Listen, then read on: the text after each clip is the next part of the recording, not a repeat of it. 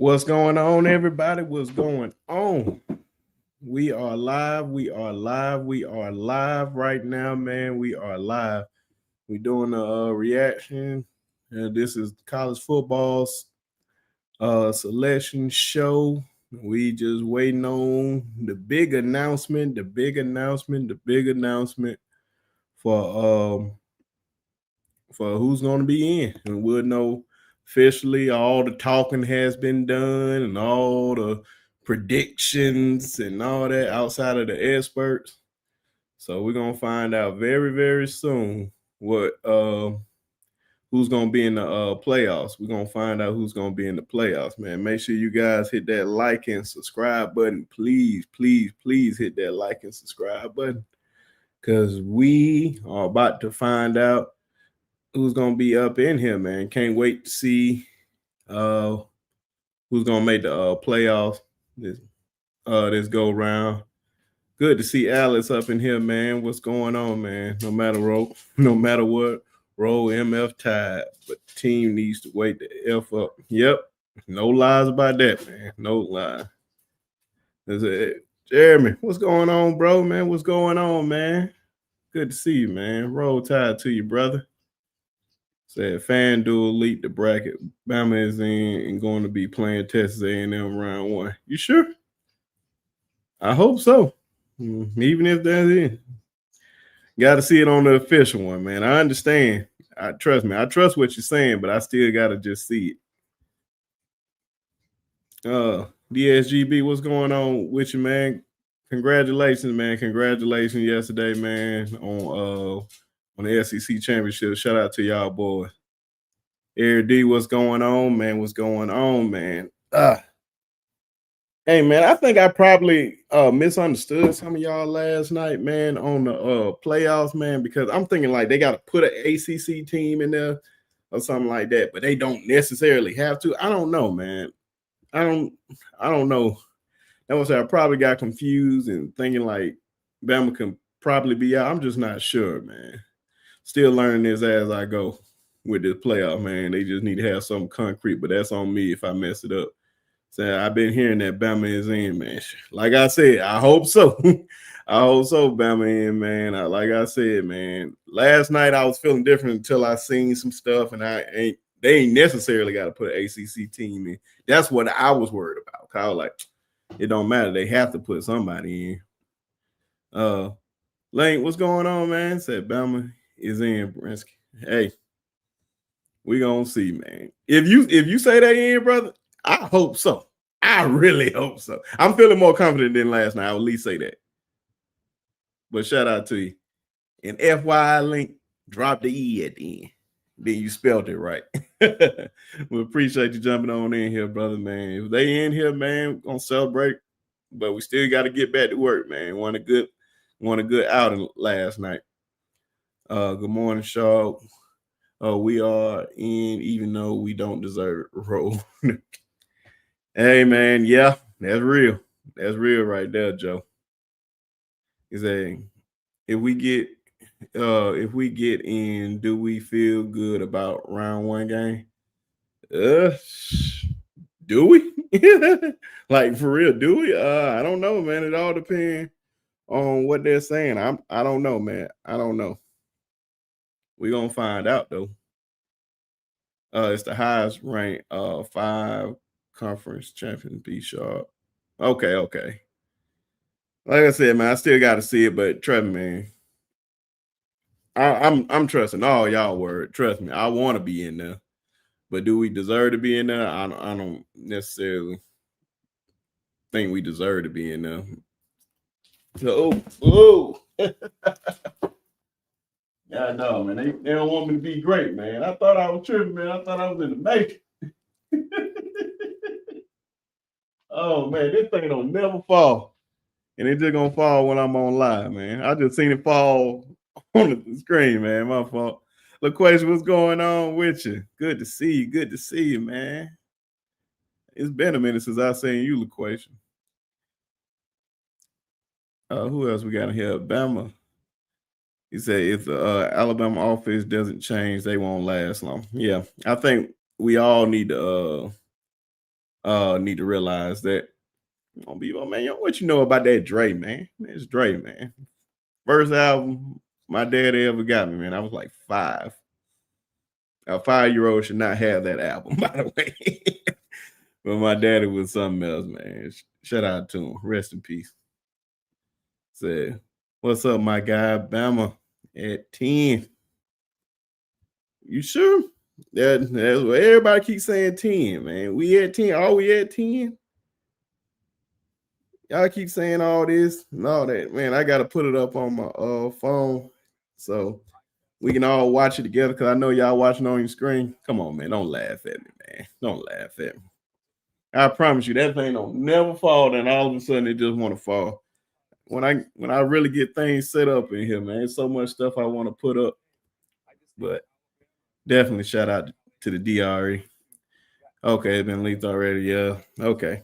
Well, we still in here, man. Let's turn up then. Let's turn up then. Let's just act like we surprised then. So, to all those people last night that I said take that bet or whatever, man, I apologize in advance. So if somebody come in here, I told you we in. Just let them know I already said my bad. But I want to be in there. But do I believe in that? Will I put my money on it? No.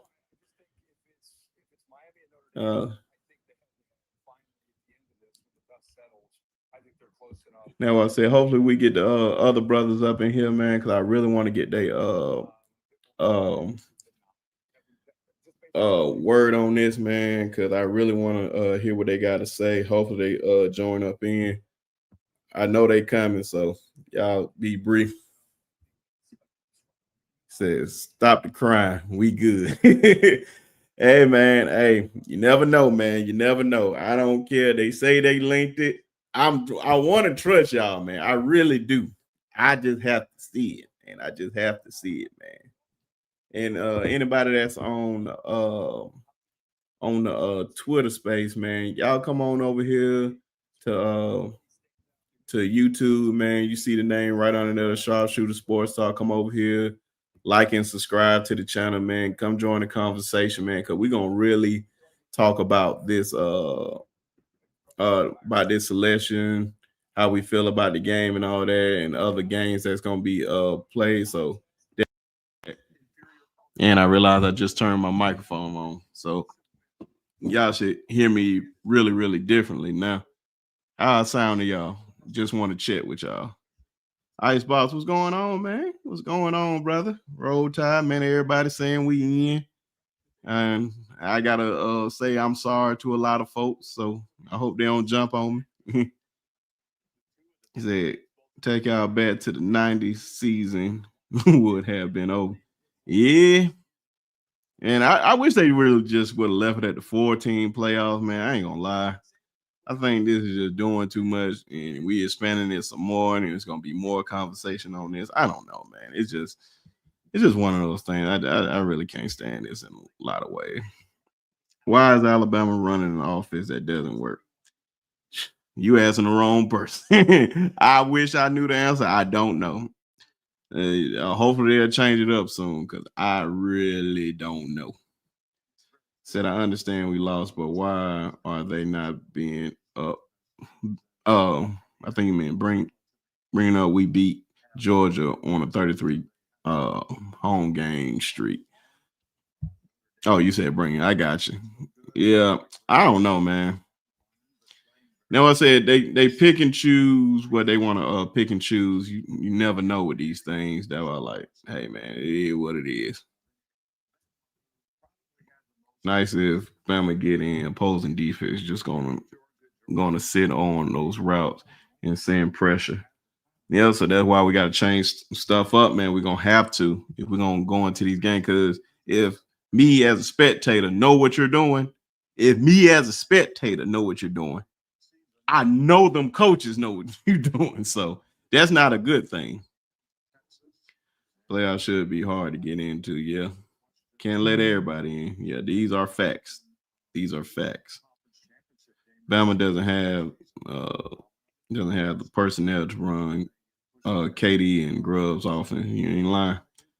Still more time. That's why I say it's only their second year, but you still want to see some type of improvement over time. In my opinion, if you want to play for a national championship, you must be a conference champion. Not really. You know how many championships we won, and we wasn't a conference champion.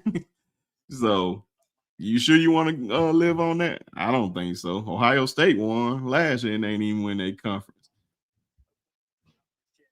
My boy Bama up in this thing. What's going on, boy? Roll Tide, man. Everybody keeps saying that we in, man. We gonna find out. I feel a lot different. I can promise you this. I feel a lot better than I felt last night. So I will be sending out a lot of apologies tonight, man. Definitely will. Bishop, what's going on, bro? Shoot, man. You want to come up here and talk, man? You want to come up and talk about this, man? Because you guys are in, man. You guys are in. And look who decided he wanted to jump in. I'm gonna give him a second, man. Give me a thumbs up whenever you're ready, man. Okay, he already ready. Never mind. Y'all already know, man. Y'all show your love from Mr. SC Season himself, Mr. Gold Mike himself, the David Ruffin of all podcasting, man. He get to talk this college football playoff with us, man. Y'all already know my friend and brother, Tez. What's going on, man? What's happening, man? What's How going y'all on? doing? Hey, man. Well, how you doing? It's just you. I'm used to saying how y'all doing. Well, shoot, we got a crowd in here, man. Got a crowd. How y'all doing in the comment section, man? Man, we good, man. A lot of folks excited that they saying that we in. I don't know, man. I thought last night, man, they had to put in the ACC champion, but I just found out they don't necessarily have to. If I would have known that piece of information, I don't know what I was thinking. Like they have to put the top conference teams in there. Then that's what had me thinking that we was out. But we gonna see, man. Yeah. What's your thoughts, man? Cause we took a bad loss last night, and I'm about to say the one thing I can't stand, man. Like I have zero problem with Georgia fans. Well, Georgia. But like I look at Auburn as a rival, Tennessee, LSU, you already know, or whatnot. Like if Auburn would have beat us like this, I would have felt sick about it. Georgia, I'm like, yeah, I'm still upset that we lost, but I just don't look at them as rivals at all. They may look at us as rivals, but I don't look at them as rivals. I never grew up like, oh, now you as an Auburn fan, y'all have a long-standing rivalry with Georgia. So it's really, really different with y'all. So it's cool. But I was just laughing in the comments, man. It said got the Russian eagle on the panel. I was trying to figure what that meant, but now I get it. It's hilarious. Oh man, Hallis Goldish, man. I like that. The Russian eagle. That is funny. That is funny, man. I like that. You already know my dog, Coach Karl, up in this thing. What's going on, man? What's going on? Everybody saying that we in, Coach Karl. So everybody keeps saying we in. It linked or whatnot. I don't trust links, man. I seen one link happen one time, and it wasn't what it said it was supposed to be. And I don't want to say what that link is, but so that's why I say, man, I gotta see it, and I want to believe y'all. That's why I say I do want to believe y'all, but I still gotta see it, man. What's your thoughts on it, Ted? Yeah. So first of all, I just saw you online. Well, I got the text message, saw you online. I got Christmas pictures all day today, man, till about 4:00 from like 12 to 4. So I got about 15 minutes before I have to head to the studio. But just initially off initial thoughts, man, I think y'all deserve to be in. I say that. The schedule y'all played, the teams y'all beat, I think y'all deserve to be in. But the way it is worked, y'all may be on the outside looking in at this thing. I'm out. How you said, man, I'm not sure. We don't know what this committee is gonna do. I can only judge on what they've done in the past. Last year, SMU, they put SMU in there after losing the ACC championship. Now, granted, they wasn't a 3-loss football team, but still, like you put the ACC runner up in there. I think that the SEC runner up. I value this conference a lot. Like probably probably more than some of the people in the chat do. Uh, but I just value the schedule, man, and I feel like if you make the SEC championship, you should that should be a uh, springboard to a playoff berth. Yeah. I want y'all to be in because I predicted that a 3 loss team would make the playoffs, so I want to be right about No, that. your 3 loss was a 9-3 team. Hey, it don't matter. It's 3 had losses. Listen, if y'all make it, I'ma hang the banner, and I'm Oh. gonna come right back on here and say I told y'all so. Bro, I promise you, bro. I was thinking that. I said, bro, if a 9-3 team get in there, I said, boy, he is not gonna let that one down. I promise the guy, bro. I was thinking of that last night. I said, man, he ain't gonna never let that one go. Oh, man, it's interesting, man, because, yeah, like, they got an opportunity. It's dangerous and it's interesting because they got an opportunity to set a precedent for future playoffs, right? That's why last year letting SMU in was dangerous because now you're looking at an Alabama team in the same situation. Now the records are different, but the same situation, and like you've already set a precedent that like an ACC runner up would make it. Yeah. So if you don't let Alabama in, it's a little bit of hypocrisy on the committee's part. To be honest, but with the 5 highest ranked conference champions, like you said, ACC doesn't have to make it. They don't have to make it. According to the verbiage of what they, you know, what they said. Then they came out and stressed strength of schedule. You guys are winning in that. So, man, we'll see. We'll see. I tell you what, after they drop these rankings, it's gonna be a lot to talk about because I got a feeling there's gonna be some shakeups in there somewhere. Yeah. And I said, we're gonna really see. What's up, Latoya, man? What's going on, everybody?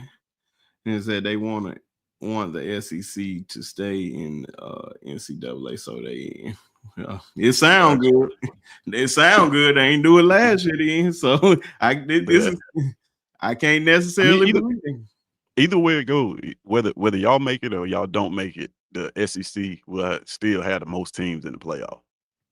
Yeah. Even though Vandy's getting shafted, I think. Just to be honest with you. Well, of course. And that's why I said, man, this is one of those years. It just lined up to be one of those years, man, when everybody is just good. If somebody was just bad, like in the Big Ten or something, but I don't know how you can put Vandy in. I just don't know how you can. Yeah, I know how you can do it. How? Put a G on their helmet. We wouldn't even be having this conversation. Or put a script A on their helmet. We wouldn't be having this conversation at all. They'd be in the playoffs with that record. I halfway believe that. I do. And it ain't just like in a negative way. I don't know, man. It's just I don't know how I can explain it because it's just like they really don't have the wins to really add up with those. That's why they haven't really been bringing them up. Like just historically. Not even historically, just this year alone. Like, but we're gonna see. Hold on, just because I know I got you up here just for a short time. Got to bring my other brother up here, man. Y'all already know, man. The most underrated person on these YouTube streets, man. Alabama A&M's own and former running back and graduate, man. Y'all know he about to bring the fire, and we're gonna see how he feels today. Y'all already know. Show your love to our brother, Kosha. What's going on, man? What up with y'all boys, man? Tiz, what's up, my brother? What's happening, man? Another day, bro. Just really stepping back in the house. Tiz, I was gonna holler at you this weekend, man, but that stuff took longer than I thought, bro. I was like up there.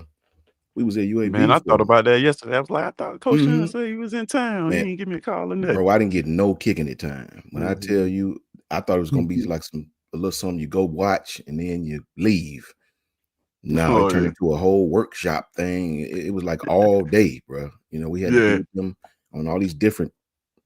It turned into a whole thing, bro. You know what I'm saying? Yeah. So, yeah. Did you get a chance to grab some good food while you was here, man? I always try to show people good food when they come to Birmingham. Man, we didn't. We didn't. We ate at different little fast food restaurants over there in North Birmingham, and then on the South Side. Just just regular stuff, man. I was so ready to go, bro. After because I really just wanted to see my little one, but she was she a freshman, so you had to wait till almost the end till they went. So it just Jesus. took a little while. You know what I'm saying? And And then by the that's time we get out of there, the game was on, so I had to watch it on my phone. And then I got back to the hotel, did the show, and then this morning we got up and dipped, man. I was ready to go, bro. But how y'all guys doing, though, brother? not much, man. Better than Pretty last good, night. man. Yeah, about this feeling about getting in the playoffs. It had nothing to do with the game, because the game, you see how we was on the show Yeah, last night. it is It what was it just is. like, oh well. Yeah. Right. That was, I didn't know it wasn't no type of yelling on my part throughout the whole game. I swear Facts, to God, bro. not even a little bit. Facts. Do you think if the game was closer, we'd be having this conversation right now? Even if the game was close, I still wouldn't. Based on how I thought last night, I thought they had to put an ACC team in. I thought they had to. It's just the high five highest ranked conference champion. But you know what, though, man? For me, man, the four the four teams was fugazi to me. You know what I mean? Because it was never the best four. It was always the most deserving four. True. And right now, you got the same thing going on. James Madison It's would gonna be not even worse though. Yeah, it's like now you got the 12 most deserved. Now you got James Madison. Love James Madison. They wouldn't beat Texas. They wouldn't beat Ole Miss. They wouldn't beat Bama. I watched. They always talking about the games matter. Florida State matter. Okay. Well, I watched Ole Miss beat Tulane 45-10. I watched that game. And now you got them in the playoffs as a 12 best team.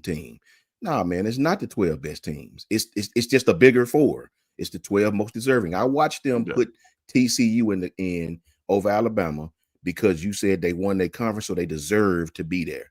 I watched Alabama destroy 2 weeks later the team that beat TCU, Kansas State, beat them like a drum. Bryce stayed, Will stayed, and beat that team like they was the old Vanderbilt or something, right? So it's not the 12 best teams. It's not. It's the 12 most deserving team. Miami should be in the playoffs. They playing well enough to be in the playoffs. Notre Dame should be there. They playing well enough to be there. James Madison shouldn't. Tulane shouldn't. That's just what it is, man, to me, bro. So I think the best thing that can happen, and just to be honest with y'all, the best thing that can happen for this playoff model is that Indiana win the national championship. Now, I don't think that's going to happen. But if Indiana were to win the championship, then they would justify these smaller market teams making the playoff versus putting big names in the playoffs. So Kurt Cinetti down there right now in this playoff run is coaching for like the health of this playoff system, because they get in there and they get dog wall. Everybody gonna say the same things like, "Oh man, why you even let them in there? They didn't play nobody, such and such." And for me, #1. Yeah, they doing. They started already. Yeah, you can keep going. They just okay. talking Indiana. Know how they going. I was about to say for me, man. Coming from being an Auburn fan, I remember 2017. I remember us being a shoe in for the playoff and then losing in our conference championship and then not getting into the playoff. I remember that. So like it has gone both ways. The committee has done it both ways. I think what the fans are asking for more so than anything is consistency. Just let us know how this works so we'll know exactly how to work, what teams need to do to get in the playoffs, and Ohio State too. And then fans wouldn't be so you know what I mean, just confused with this, because nobody, like I said, nobody really knows how this works, man. For real. We learned as they pick the teams. We're like, oh, okay, that's how it works.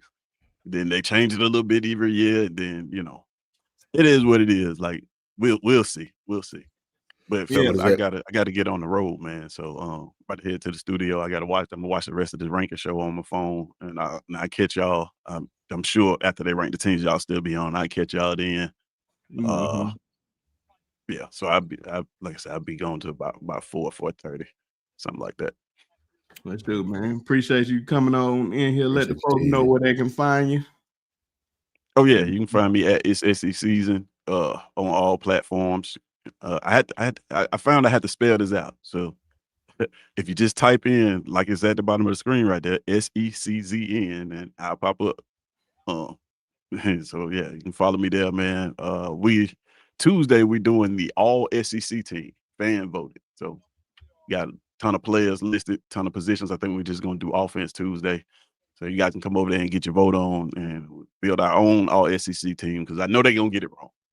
So the fans vote.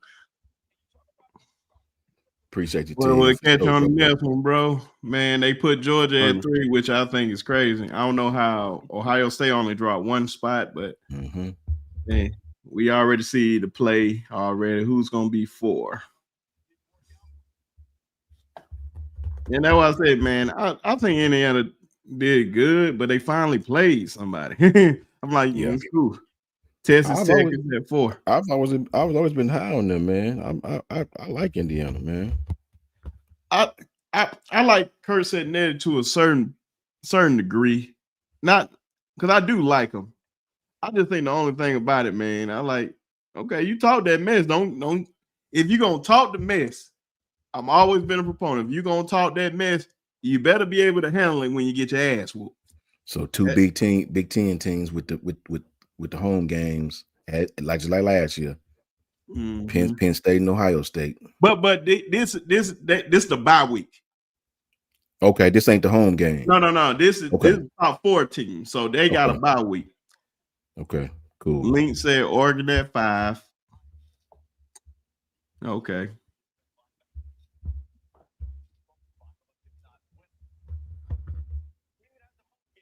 Yeah. Now this is where the home game's about to start to come in. Okay, Oregon at 5. So if they dropped Ohio State for losing their conference game, how does that affect us? Think we can go from, what was it, 9? Think that drop us to 10 or something like that? I really don't know, man. People said they already had it linked, and people saying that we're in. They said we playing Texas A&M. I said, man, we don't see, man. That's what I said. I seen how links can happen, and it turned out to not be what the link said.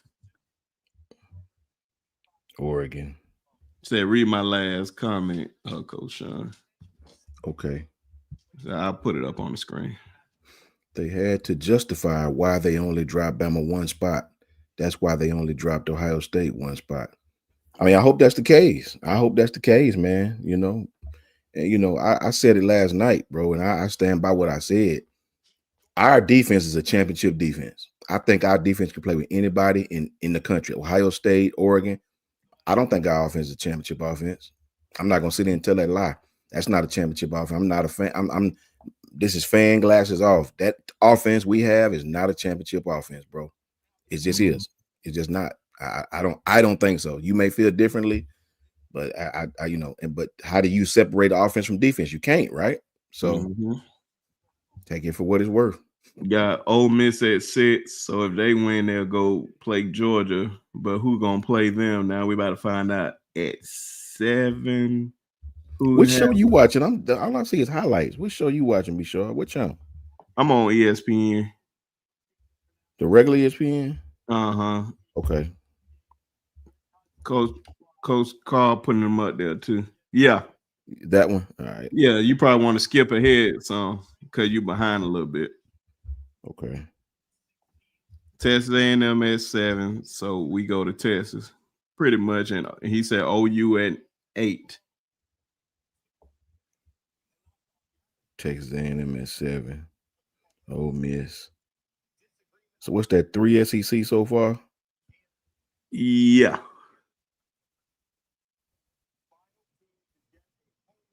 Final team to get a home, Oklahoma, as expected.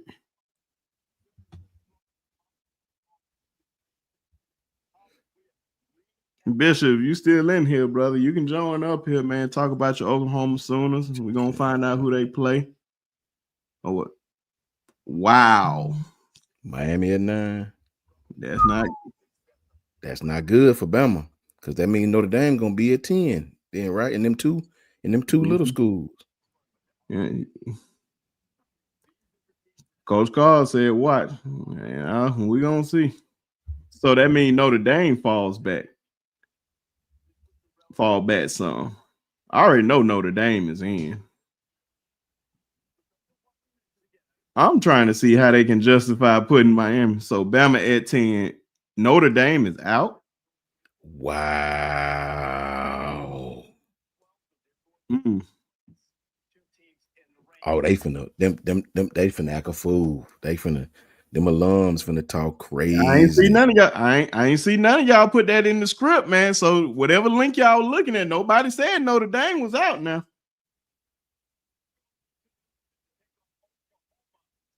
No, Alabama at 9, Coach Karl. Wow, we going to Oklahoma. Oh fuck. We at 9? We're at 9. See, We what got this is what I'm telling y'all, bro. Stop looking at links. What are y'all looking at? Yeah, I'm looking at ESPN. We at Right. 9. No, he said it's just my Yep. thought. Other Yeah, people, Bama at 9. I just see it too. Other people were saying Alabama is at 9. That is a whole fact. Dang. Bro, you told me at 10. I understand you said they was in, but y'all said y'all seen links and said we going to Texas A&M. So I so get this it. they put Notre Dame in too. Somebody hold up. So that's why I said, man, I wait till the stuff come up because nobody said Notre Dame was out, but Coach Karl said that was just his thoughts.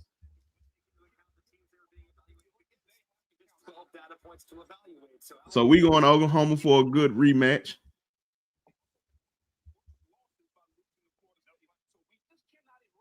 Dang, I want to see is Notre Dame. So we can't erase one of their bad losses. It don't matter. We had one of the toughest schedules out of everybody up here. That's facts. I don't even know. Oh well, Florida State stuff is over. We're in. We play Oklahoma. I want to see where the rest of this stuff at. Bishop, what's up, brother Bishop? One spot left. Who they gonna put in? Yeah, Booger McFarland, big man. He a hater. Miami Hurricanes going down to Texas A&M.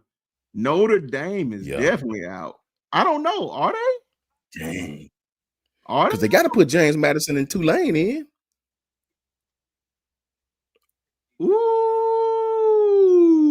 Now, unless they drop James Madison and LA won, so I don't know why they would drop him.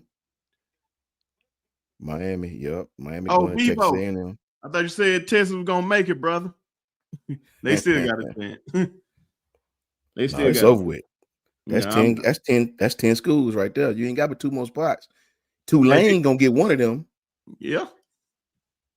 So they put Duke. If they put Duke over JMU, it might be Notre Dame. If they put Duke over JMU,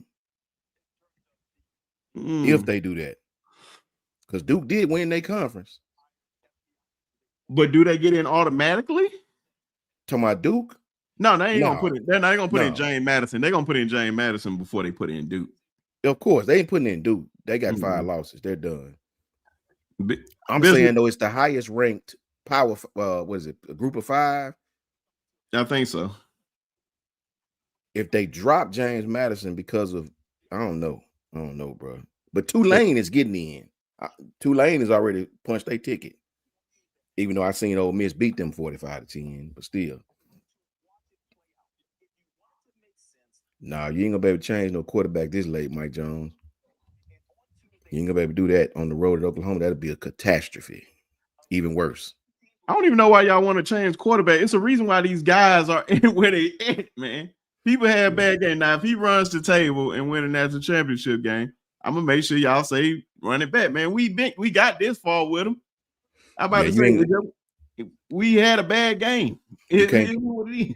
Yeah, you can't change quarterbacks this late in the season, bro. You know what I'm saying? I heard how some people was talking about Will Howard and them, like, man, Ohio State and them, and look what happened. You get on the roll, man. You get on the roll at the right time. I wish we had a bye, but we don't have a bye. I don't feel Notre Dame should be out, man.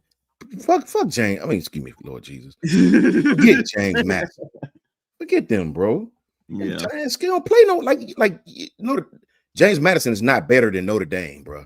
Like this playoff system suck, bro. It just sucked.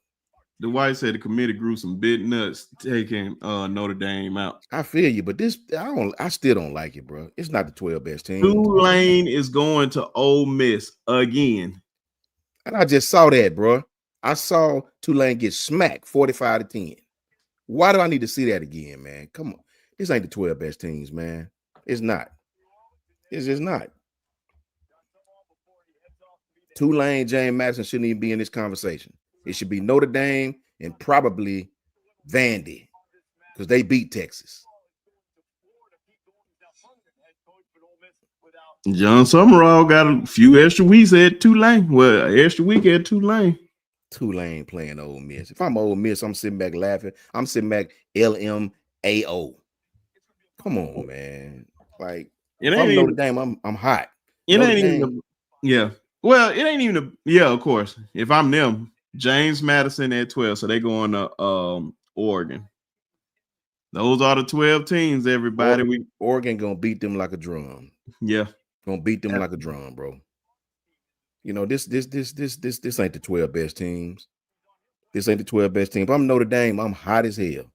I'm hot as hell because they got a running game that's probably one of the best in the country. They playing well.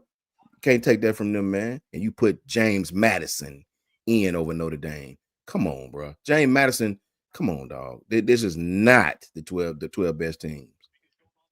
Ole Miss got a bye week, pretty much, and so did Oregon. This is a fact. If we gonna win this whole thing, we got a road. We got a road. Notre Dame is the first ones out. That's messed up, bro. That's messed up. I don't think they should be out. I don't. That team is playing well. You know how we and BYU was expected. Man, I'm gonna tell y'all right now. So whatever link y'all were looking at, y'all weren't looking at the right link because nobody on here said Notre Dame was out. Not one. So I told you, man, this is why you can't trust links.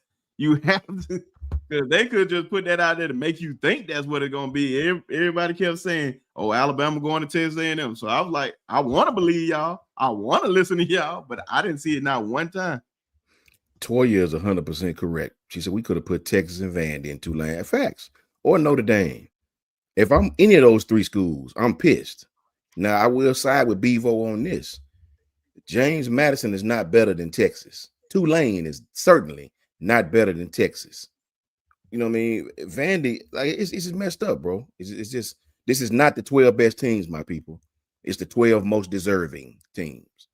And if you tell me this in the beginning of the year, that Shawn, we're gonna put the 12 most deserving teams in the conference champs, and if you deserve to be there, the highest ranked, I'll go with that. Damn your schedule, damn your record. You know, the 12 most deserving teams. I'll go with that. Cool. James Madison deserved to be in there. Tulane deserved to be there. They won their little conference. Who cares that Ole Miss already beat them by 30? You know, who cares, right? They deserve to be there, right? This is not the 12. Don't tell me it's the 12 best. Don't give me that, because this is not the 12 best teams. It's just not. Mm-hmm. Yeah, man, this ain't even close. That's why I said, man, the one thing I wish they would have just done, we wouldn't even have this conversation, is just put the 4 best teams in and just leave it like that. I was never really a fan of this 12 team, and then now you about to move it on to 16 next year. And Vandy, I would have put Vandy in one of those spots. I would have put Texas in one of those spots. I would have put Notre Dame should be in one of those spots. Yeah, they playing well right now. Now you can't put Notre Dame over Miami. Head to head has to matter. Yep. Y'all told Bama that 2 years ago when Texas beat us at Tuscaloosa. Even though down the stretch Texas wasn't playing well and Bama did, y'all told us, the committee, head to head has to matter. Even though Bama was beating teams that they lost to. You know what I mean? Y'all told us that head to head has to matter. So you can't put Notre Dame over Miami. Don't care what they look like right now. They beat them on the field, right? Mm-hmm. So if I'm a Notre Dame fan, I'm highly pissed right now. Highly pissed because James Madison is not better than Notre Dame. James Madison is not better than Vanderbilt. James Madison is not better than Texas. That's just what it is. Tulane, just really think about this. Don't gloss over this point. This data point. Tulane and Ole Miss, right? The second round matchup. They already played, my people. and Ole Miss beat them 45-10. Look it up. Think about that. And you put them in the playoffs. Love John Summerall, man, but nah, that team shouldn't be there, because this is why I will never be for conference champs getting into the playoffs. I don't care that you're a conference champ, man. To me, that does not warrant you being in the playoffs. I don't, because your conference champ could be the fourth best team in the SEC, but you still get a bid because you won your little conference. To me, that does not warrant you being one of the 12 best teams. It does warrant you being one of the 12 most deserving teams. There is a difference. A big difference. And the big word is that you said, deserving and best. Those are two different words right there, Facts, man. brother. Facts. That Oregon has the easiest path. Yeah, same as Penn State last year. Yeah. Yeah. Life. Rob, what's going on with your brother? Said, good comment. Go ahead. No, I just saying, go read his if you want. Oh, yeah. He said, why did this have to happen to college football? The only thing left I actually love, they are shitting on it. Hey, Rob, 1,000,000,000% facts, brother. It's all politics now, man. It's all politics. You know, if anybody in the chat thinks James Madison is better than Texas, I need some of whatever it is that you're drinking. I need that. James Madison, shout out to them. No disrespect to them, but they're not better than Texas. They're not better than Vanderbilt. They're not better. They certainly are not better than Notre Dame. Just the straight up truth. But you have to put them in because they won their little conference. How does that garner you a automatic bid to the tournament? Yeah. Come on, man. And that's what, and man, matter of fact, I ain't gonna say no names because I'm cool with them. But certain people try to tell me that Boise State last year with their record and everything. I'm like, bro, all records are not created equally. Just because you see 11-1 and 12-0 and all this stuff don't mean they are created equally, man. What Caleb Downs said about the Big Ten and the SEC, if anybody haven't seen, I think it was on him and his brother's YouTube channel. Shout out to those boys. They doing a damn thing. But he said the difference is, like, in the Big Ten, you probably have maybe 4 or 5 games. And he said maybe on those games you can just play tough or whatever. The rest of them pretty much cakewalk without him saying it. Yep. But when you come into the SEC, day in and day out, each week, you're gonna have to prepare your mind and body to go out there to all right. Yeah. But these people just think that the SEC is just different. You can go against Kentucky. You're gonna go against some physical boys. I ain't saying they more talented than you, but they're gonna be physical. I guess who's finding that out, Bishop? Texas. It's crazy, man. That is like, wow, man. I don't know, man. That was I'm trying to tell Tez, man, in the beginning of the year, he's gonna hold on. He already said before you came in, he said he already planted that flag. I said a 3-win team was going, a 3-loss SEC team. I said, but you said 9-3 without a conference championship. I said that ain't about to happen. And Texas just proved that point right there. But I said, if you win 10 games in the SEC, I didn't think you were going to be out. And they proved me wrong on that too, because Vandy out.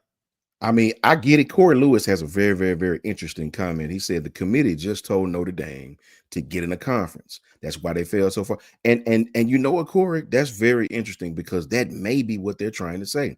Because Notre Dame does have it better than everybody else, right? When you really break down the logistics of this thing, these guys are, and Notre Dame has, I'm not going to front like Notre Dame hadn't always been this way. Notre Dame is the only school in the country that I know of that even back in the day, what's up, Lynn? What's up, Michelle? That even back in the day, Larry Laws, Double L, they would play USC on one Saturday. Then they would travel all the way back to Florida State and play them. Nobody else in the country did that, prior to Notre Dame. Nobody had these games that were 2,000 miles away all over the country. Right. And just like Coach Karl said, what's up, Coach Karl? It was a big slap in the face because look, I'm a Bama fan. I don't like Notre Dame, but we analysts, so we got to tell the truth, man, right? We can't be fans up here on the internet. You got to be honest, right? Notre Dame is playing well right now. They may potentially be playing, keyword, better than Alabama right now, right? Mm-hmm.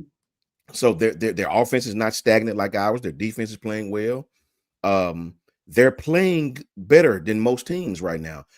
And you just sat them down to put James Madison in, right? So that was a slap in their face, bro. And that, to Corey's point, that may be a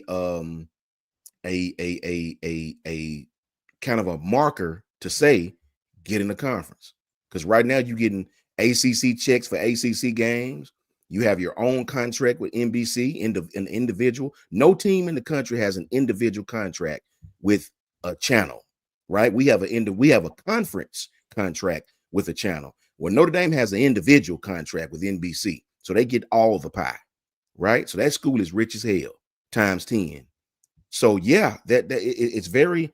They have had it well for a while, and this may be, just like Corey said, that might be the most important comment we've had. This may be the first marker to tell them get in the conference. You can't just come over to the ACC during football season. You know, that might be a marker for them. Yeah, man. He said it's awakening for no, what did he say? Yeah, awakening for Notre Dame. Facts. Mm-hmm. They might be trying to, they might be trying to get them. Look, they about to join the ACC. Yep. Yeah. That's crazy. That's crazy. And whoever gets Notre Dame, it's going to enhance your conference more than probably any other school you have. I potentially think they'll probably go to the Big Ten. Geographically, it makes sense. Academically, it makes sense for them to go to Big Ten. You know, they're in Indiana, right? But what does geographically mean nowadays in college football? At the end of the day, man, if I'm Notre Dame, if I'm Texas, if I'm just Notre Dame, if I'm Vandy, I would be pissed right now. Because forget the fact that Alabama, you can bitch about Alabama all day. Alabama went to the SEC championship and didn't get penalized for making that conference. You should be pissed off that they put James Madison in front of you. James Madison is not better than Texas. James Madison is not better than Vanderbilt. James Madison is not better than Notre Dame. James Madison and Tulane, these group of 5 schools should not be in this 12-team playoff. If you're telling me it's the 12 best teams, those 2 teams should not be in. If you're telling me it's the 12 most deserving teams, then okay, I can go with that. No, I was like, man, shout out to Kim, man. Appreciate you Kimberly coming on in here. It's all good. It's all good. Hey, man, you at home, man. Sorry about it. What is that? OOC? I don't know. What does OOC mean? I was just trolling him. I was just trolling because he was doing all that talking yesterday about Bama, but y'all on the outside looking in. What is OOC, Bevo? Please tell us. Did we have a couple of players out due to injury against Georgia? Yeah, we had more than a few. So, yeah, man, it is what it is, man. They were like, hey, it is what it is. Out of conference. Hey, Bevo, let me tell you something. Now, I know you like to troll, but let's talk turkey for a minute. You on to something right there. Okay. I mean, because think about it. Yes, y'all lost to Florida. We lost to everybody has a bad loss that has multiple losses, right? If you talk about teams that have 2 losses or down, they all have bad losses. To me, Notre Dame lost to Miami and lost Texas A&M, right? Texas A&M, to me, great football team, right? But to let them come to your home early in the season like that and beat you the way they did, I know it was a close game. That I can't really say that's a bad loss, but hell, it's a loss, right? Texas, you guys took a big leap, went and played Ohio State, damn near won the football game. Now, the committee will say they held the Florida loss over your head, but that's not why they held you out. They held you out because you had 3 losses, and if you hadn't scheduled Ohio State, you'd probably be in this thing right now. So yeah, I agree. I am on board right now, Bevo, for the SEC. If you have out-of-conference games, go play Teriyaki State. Yep. Me and B Sharp talked about it. Go play Hubba Bubba University. Don't schedule no top team, because in this conference, Bevo, and much as you troll, you got to be serious for a minute. The SEC is different, brother. Caleb Downs, a kid who played in this conference, and then a kid who transferred to the Big Ten said, and if you look online, look who liked his when they was doing that show. Look who liked it. Justice Haynes. Look who liked it, bro. Justice Haynes liked what he said because he's agreeing.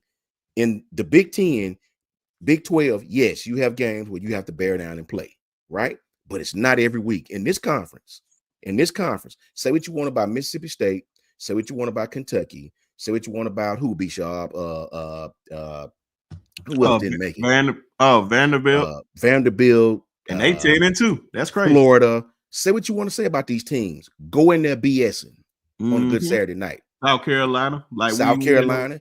You're going to, at minimum, be in a fight in the fourth quarter, or you damn well might lose. It's like that every week in this conference. And to be honest, Texas tried to help themselves by going to play a great team in Ohio State at home, right? And getting penalized for it right now. That's terrible. And here's the thing, Bevo. They penalized you for it and put James Madison in and Tulane, a team that Ole Miss smacked 45-10. They put them in the playoffs over Texas and Vandy, over Notre Dame. That's a travesty. It's not good, man. It's not good. If I can talk to Commissioner Sankey about anything, man, if it's one thing I would tell him to undo immediately is drop those 9-game SEC games. What does it mean? What does it mean? We've literally just seen Vanderbilt have their best year in their school's history and not getting this conference. That's a whole fact. That is crazy. I can promise you, if Vanderbilt had to play Tulane or James Madison, I'm telling you, I'm betting the house on Pavia. Of course. I'm betting the house on Pavia. And those and that's crazy, man. I'm telling you, man, like nobody wasn't even talking about them.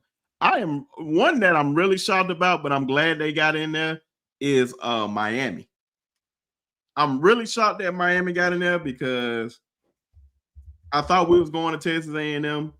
I remember Jance saying something. He didn't want to go to Oklahoma for for good reason. I think we all know they basically had a bye week. Yeah, and we go in there too, man. So that's why, like, man, these conference championship games do not mean nothing anymore, man. It don't mean not a damn thing. I remember when you used to win the SEC championship game and just be like, yeah, man, we the king of the SEC. I don't care about that anymore. I just want to be in the playoffs every year. And Nick Saban, whether you love him or hate him, spoke about this.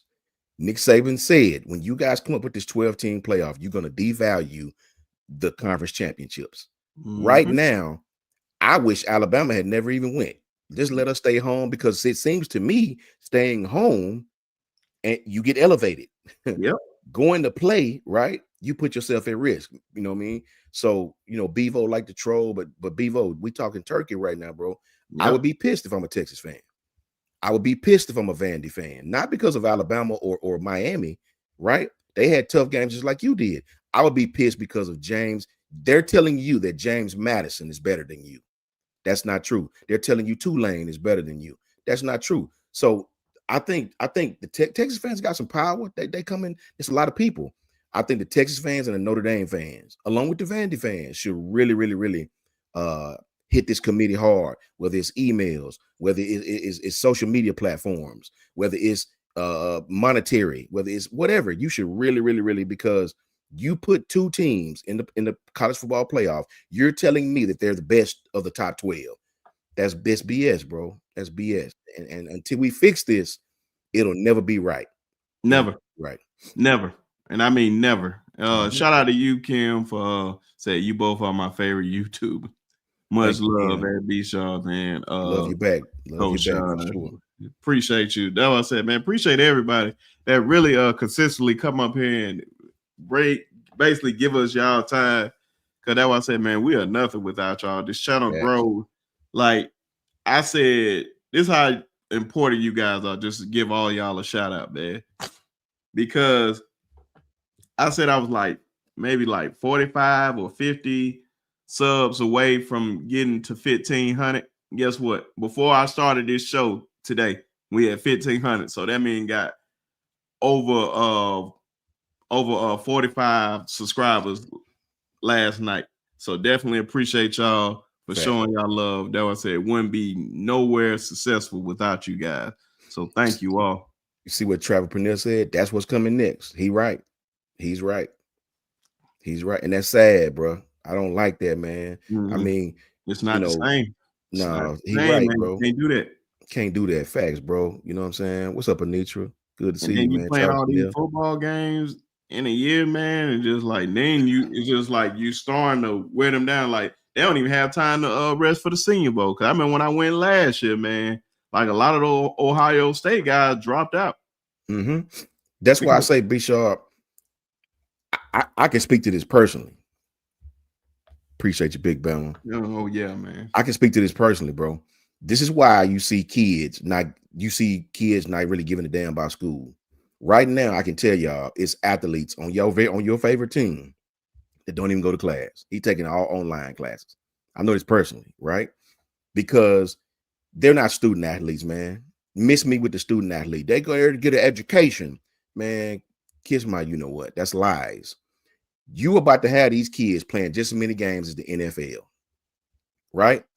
NFL is a job. They don't have nothing to do but lift weights all day, practice all day, watch film all day, and prepare for the game. That's a job. So like when you clock in, believe this or not, I got several friends in the NFL right now. They clock in like a job. They clock in. They have an actual clock in. You know what I'm saying? When they get to the facility, this is a whole fact, right? That is their job. They don't have biology class at 8 o'clock on Tuesday morning. They don't have literature class at 9:30. They don't have a lab class at 10:15. You got these kids practicing on select hours, right? Going to class all day, right? And telling them it's about education. No, it's about money. These college kids are gonna have damn near just as many games as the NFL, and that's sad. I couldn't. Back when I played, it was only 11 games. We only played 11 games, right? And that by the 11th game, your elbow hurt, your chest hurt, your knees beat up, your neck stiff is on. You feel terrible, bro. You feel terrible. Ain't nothing healthy on your body. Nothing. You're just trying to push through it. Now you're gonna add more games. You're not even gonna have a legitimate champion. You're gonna have a team that win this conference, win this championship is not gonna be the best team. It's gonna be the most healthy team. Yep. And Lane saying we on his wife's bad list. Hey man, that's real dedication right there, Lane. Definitely appreciate that, man. Tell her we sorry, man. We're gonna send some flowers that way, man. Say sorry. Yeah, Lynn the homie, man. Love Lynn. Oh yeah, for sure. He said Reese Davis mad. What is he mad about? He always be hating on Bama. And he went to Bama. He always be hating on Bama. He do. I don't know what he mad about. Oh man, that's crazy. Yeah, hey, Bama, what he mad about? What team? If he mad about the teams that's not in the James Madison and Tulane, I can understand that. Now, he probably mad about Bama. Trust me. He don't never. Or Notre Dame. Yeah, one of them two. Guaranteed. It was Notre Dame? Oh wow. Hey man. This is why you should have left it. Y'all thought it was hard at 4. Now you put it to 12. What you think gonna happen at 16? The 17th team gonna be mad. He said arguing with the committee process. It's crazy. It's crazy, man. It's just crazy, man. Like, yeah, I don't know. I'm sort of mad about Notre Dame not being in it too. I'm sort of mad about it too, man. When I come up here on this platform, man, I can't be pro Bama. I got to be honest. You know what I'm saying? I'm not saying Bama don't deserve to be in. I don't think our offense is a championship offense. Just don't, right? But here's the thing. This comment that let me see if I can find Anthony said. Anthony Robinson has some really good comments. He was talking about how Texas struggled with Kentucky and somebody else. But think about this, Anthony. Every team with multiple losses struggle with somebody they should have beat. Every team. We struggle with South Carolina, right? We struggle with LSU, right? Miami struggled and got beat by teams they shouldn't have lost to. Every team that has multiple losses, more than one, had a close game that didn't look their best. right? That's all of us. That's all of us, man. At the end of the day, the committee, I still say they lied to us because they told us. Now, Bama benefited from it. Right, James. What's up, James? James said Georgia struggled with Tech. Right. You have those kind of games. It doesn't take away from you being a great team. Bevo troll, we get on Bevo's ass a lot, but Texas is not a bad team, bro. Do anybody out there, if you had to bet your house on it, do you really think James Madison would beat Texas? Do you really think Tulane, who got beat by 30 at Ole Miss, would beat Texas? You know, I don't think so, man. You know what I mean? Like Coach Karl said, we have a championship defense. I agree. I think our defense is one of the best in the country, right? But our offense is not a championship offense, bro. It's not. And it's been that way for years. Our offense, I mean, not years, but it's been that way since game 5 or game 6, whichever game was we played South Carolina. The Tennessee game was the last game I saw our offense look well, right? So, yeah, man, I understand Notre Dame fans are outraged. They should be. Not because of Bama, because Bama's strength of schedule, the teams we played, you wouldn't have made it through. Notre Dame wouldn't have made it through, right? You should be mad about Tulane, a team that Ole Miss beat by 30. You should be mad about James Madison. They're saying they're better than you. You should have no qualm with Alabama. Alabama went to the SEC championship, right? Number 1 seed and lost to a better team last night. You know, Damian Harris, he should be named Steven. I'll leave it at that. He should be named Steven. If you ever seen Django, that's Damian Harris. Stop it, you know. It wouldn't be alive without the mute button. That's what I said, man. I get what he was saying last night, man. I get what he was saying last night because even Mark Ingram was saying the same thing. Even we said the same thing. Damian has said a bunch though. No. Don't get me started. Yeah. Don't get me started. That's why I was like, when it went back to that comment about, this is why I don't go back. Yeah, he tripping. To the young guy. I'm like, bro, that's the problem right there. He tripping, yeah, bro. That's the problem right there. If you want, bro, you just can't just come in and talk. Nick Saban can talk to them boys like that. Some of them may not even know you. Some of them may not even know you, right? You come in and show them, look how they treat Julio. You know why? Julio coming in there showing love. What's up, little bro? You know, showing love. He don't come in there trying to step on nobody's toes, man. You can't do that nowhere. Facts. He don't even make an announcement today. He just there. Just there, bro. You know what I mean? I agree. It's certain guys that get love, man. You just can't just come in there. That's why I said, man, I understand. Like the whole story with Bo Scarborough, I can understand what he was trying to do. Yeah. I can understand that part. I think he just came off wrong. He came off wrong. You cannot come at somebody you do not know like that. And they looking at you like, who the hell are you? I like it. You Bo and all, but some of them may not know you. Some of them may not even, remember Bo played at Bama back in what, 18? He was there when we played Clemson, 17. When we played Clemson the first time, the second time, and 16. I think he was there all 4 years. So okay, so probably. Some of these kids, what's that? Shit, that's damn near. That's about 9 years. Not that long. Because Terrion and them was there. I think he said it was when Bryson them was still there, and it was Bryson them last year. Okay, so it wasn't this. It was a few years ago when they was there. Okay. Yeah, when Bryson them were there, because they had the green mouthpieces and all that. I can understand what he meant. So, but it's a better way. It's a better way to say it. It's a better way. You don't come in trying to big boy nobody, because these kids that are now 17 and 18 were probably 12 when you played. They may or may not know who you are. Love both, but it's a better way to do it. You know what I'm saying? Mm-hmm. And like I trust me, man. I understand. I respect it, man. And then it was just like the pile on, especially what Damian Harris was doing and just saying, "Oh, this is why I don't go back," because they don't listen. Bro, do you think y'all were listening when the older players was coming back to you? They were like, "Oh, some of them guys probably saying, oh, all right, that's why I don't go back." Yeah. It's a problem with them. It's every generation that think that somebody like we did things a certain type of way, right? Everybody fuck up, man, while they in school, bro. I'm sorry, bro. There's nobody perfect in school. Y'all say y'all love Tony Brown now. Y'all say y'all love. Did you love him in real time? Yeah. And I remember how he used to get scolded, boy. Yeah. the things that he do. Now everybody's saying, "Oh man, we need some Tony Browns up in there. We need some Rulers Falls up in there." All right, don't let me pull up some comments now. Like, come on now, let's be real now. Yeah. Y'all want loving these boys in real time. Y'all love them after the fact. Yeah. Like you love them in real time shows it all, man. But thanks, bro. Yeah, man. I'm sorry we even had to bring that back up, but I understand what you mean by that, man. Damien be tripping sometime, bro. Yeah, man. So we don't be trying to sound like homers over here, man. We try to keep it G. Yeah. And speaking of the last episode, man, that we did last night, major feedback from a lot of people that saying, man, they love the episode. So they loved it. They are loving it. It's one of the best videos I've done with you guys in so long, man. So it's definitely shout out to you guys, Coach Shawn, Coach Al. Who else was on there? Jance, and I felt like somebody else was on there with us. And Bishop. So definitely shout out to y'all. And the feedback, you can look at the comment section, Coach Shawn, man. The feedback tells it all.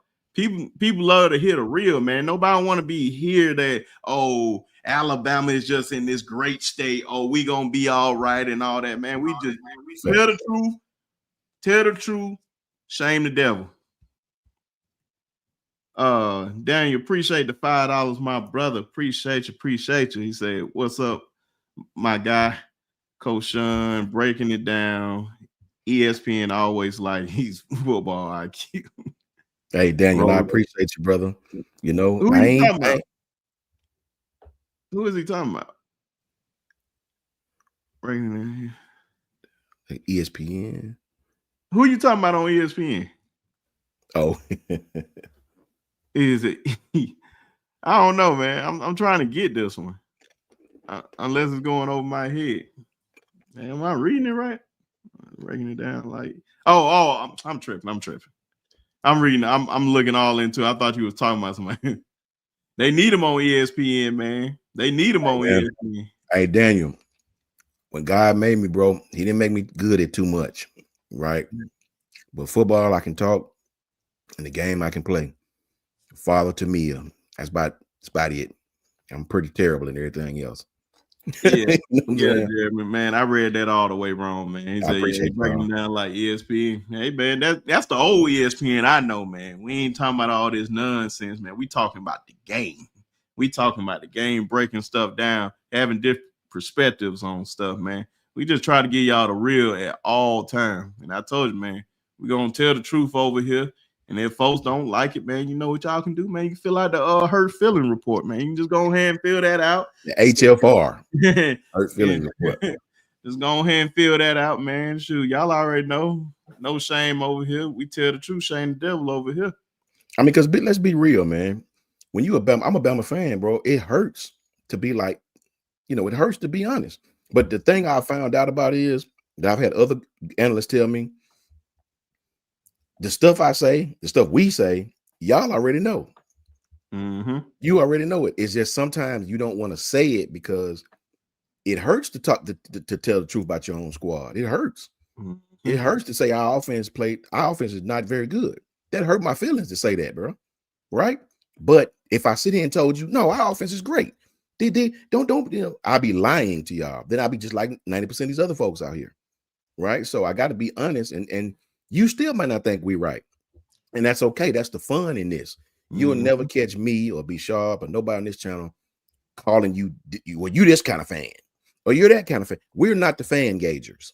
It is not my job to decipher what kind of fan you are. Fair weather, fanned out, middle of the road. I don't care. I'm just going to tell you my opinion and you can agree or not agree. Right? I'm not jaded by crimson glasses. I'm not. I didn't go to Alabama. I didn't graduate from Alabama. I didn't play at Alabama. I am a Bama fan, right?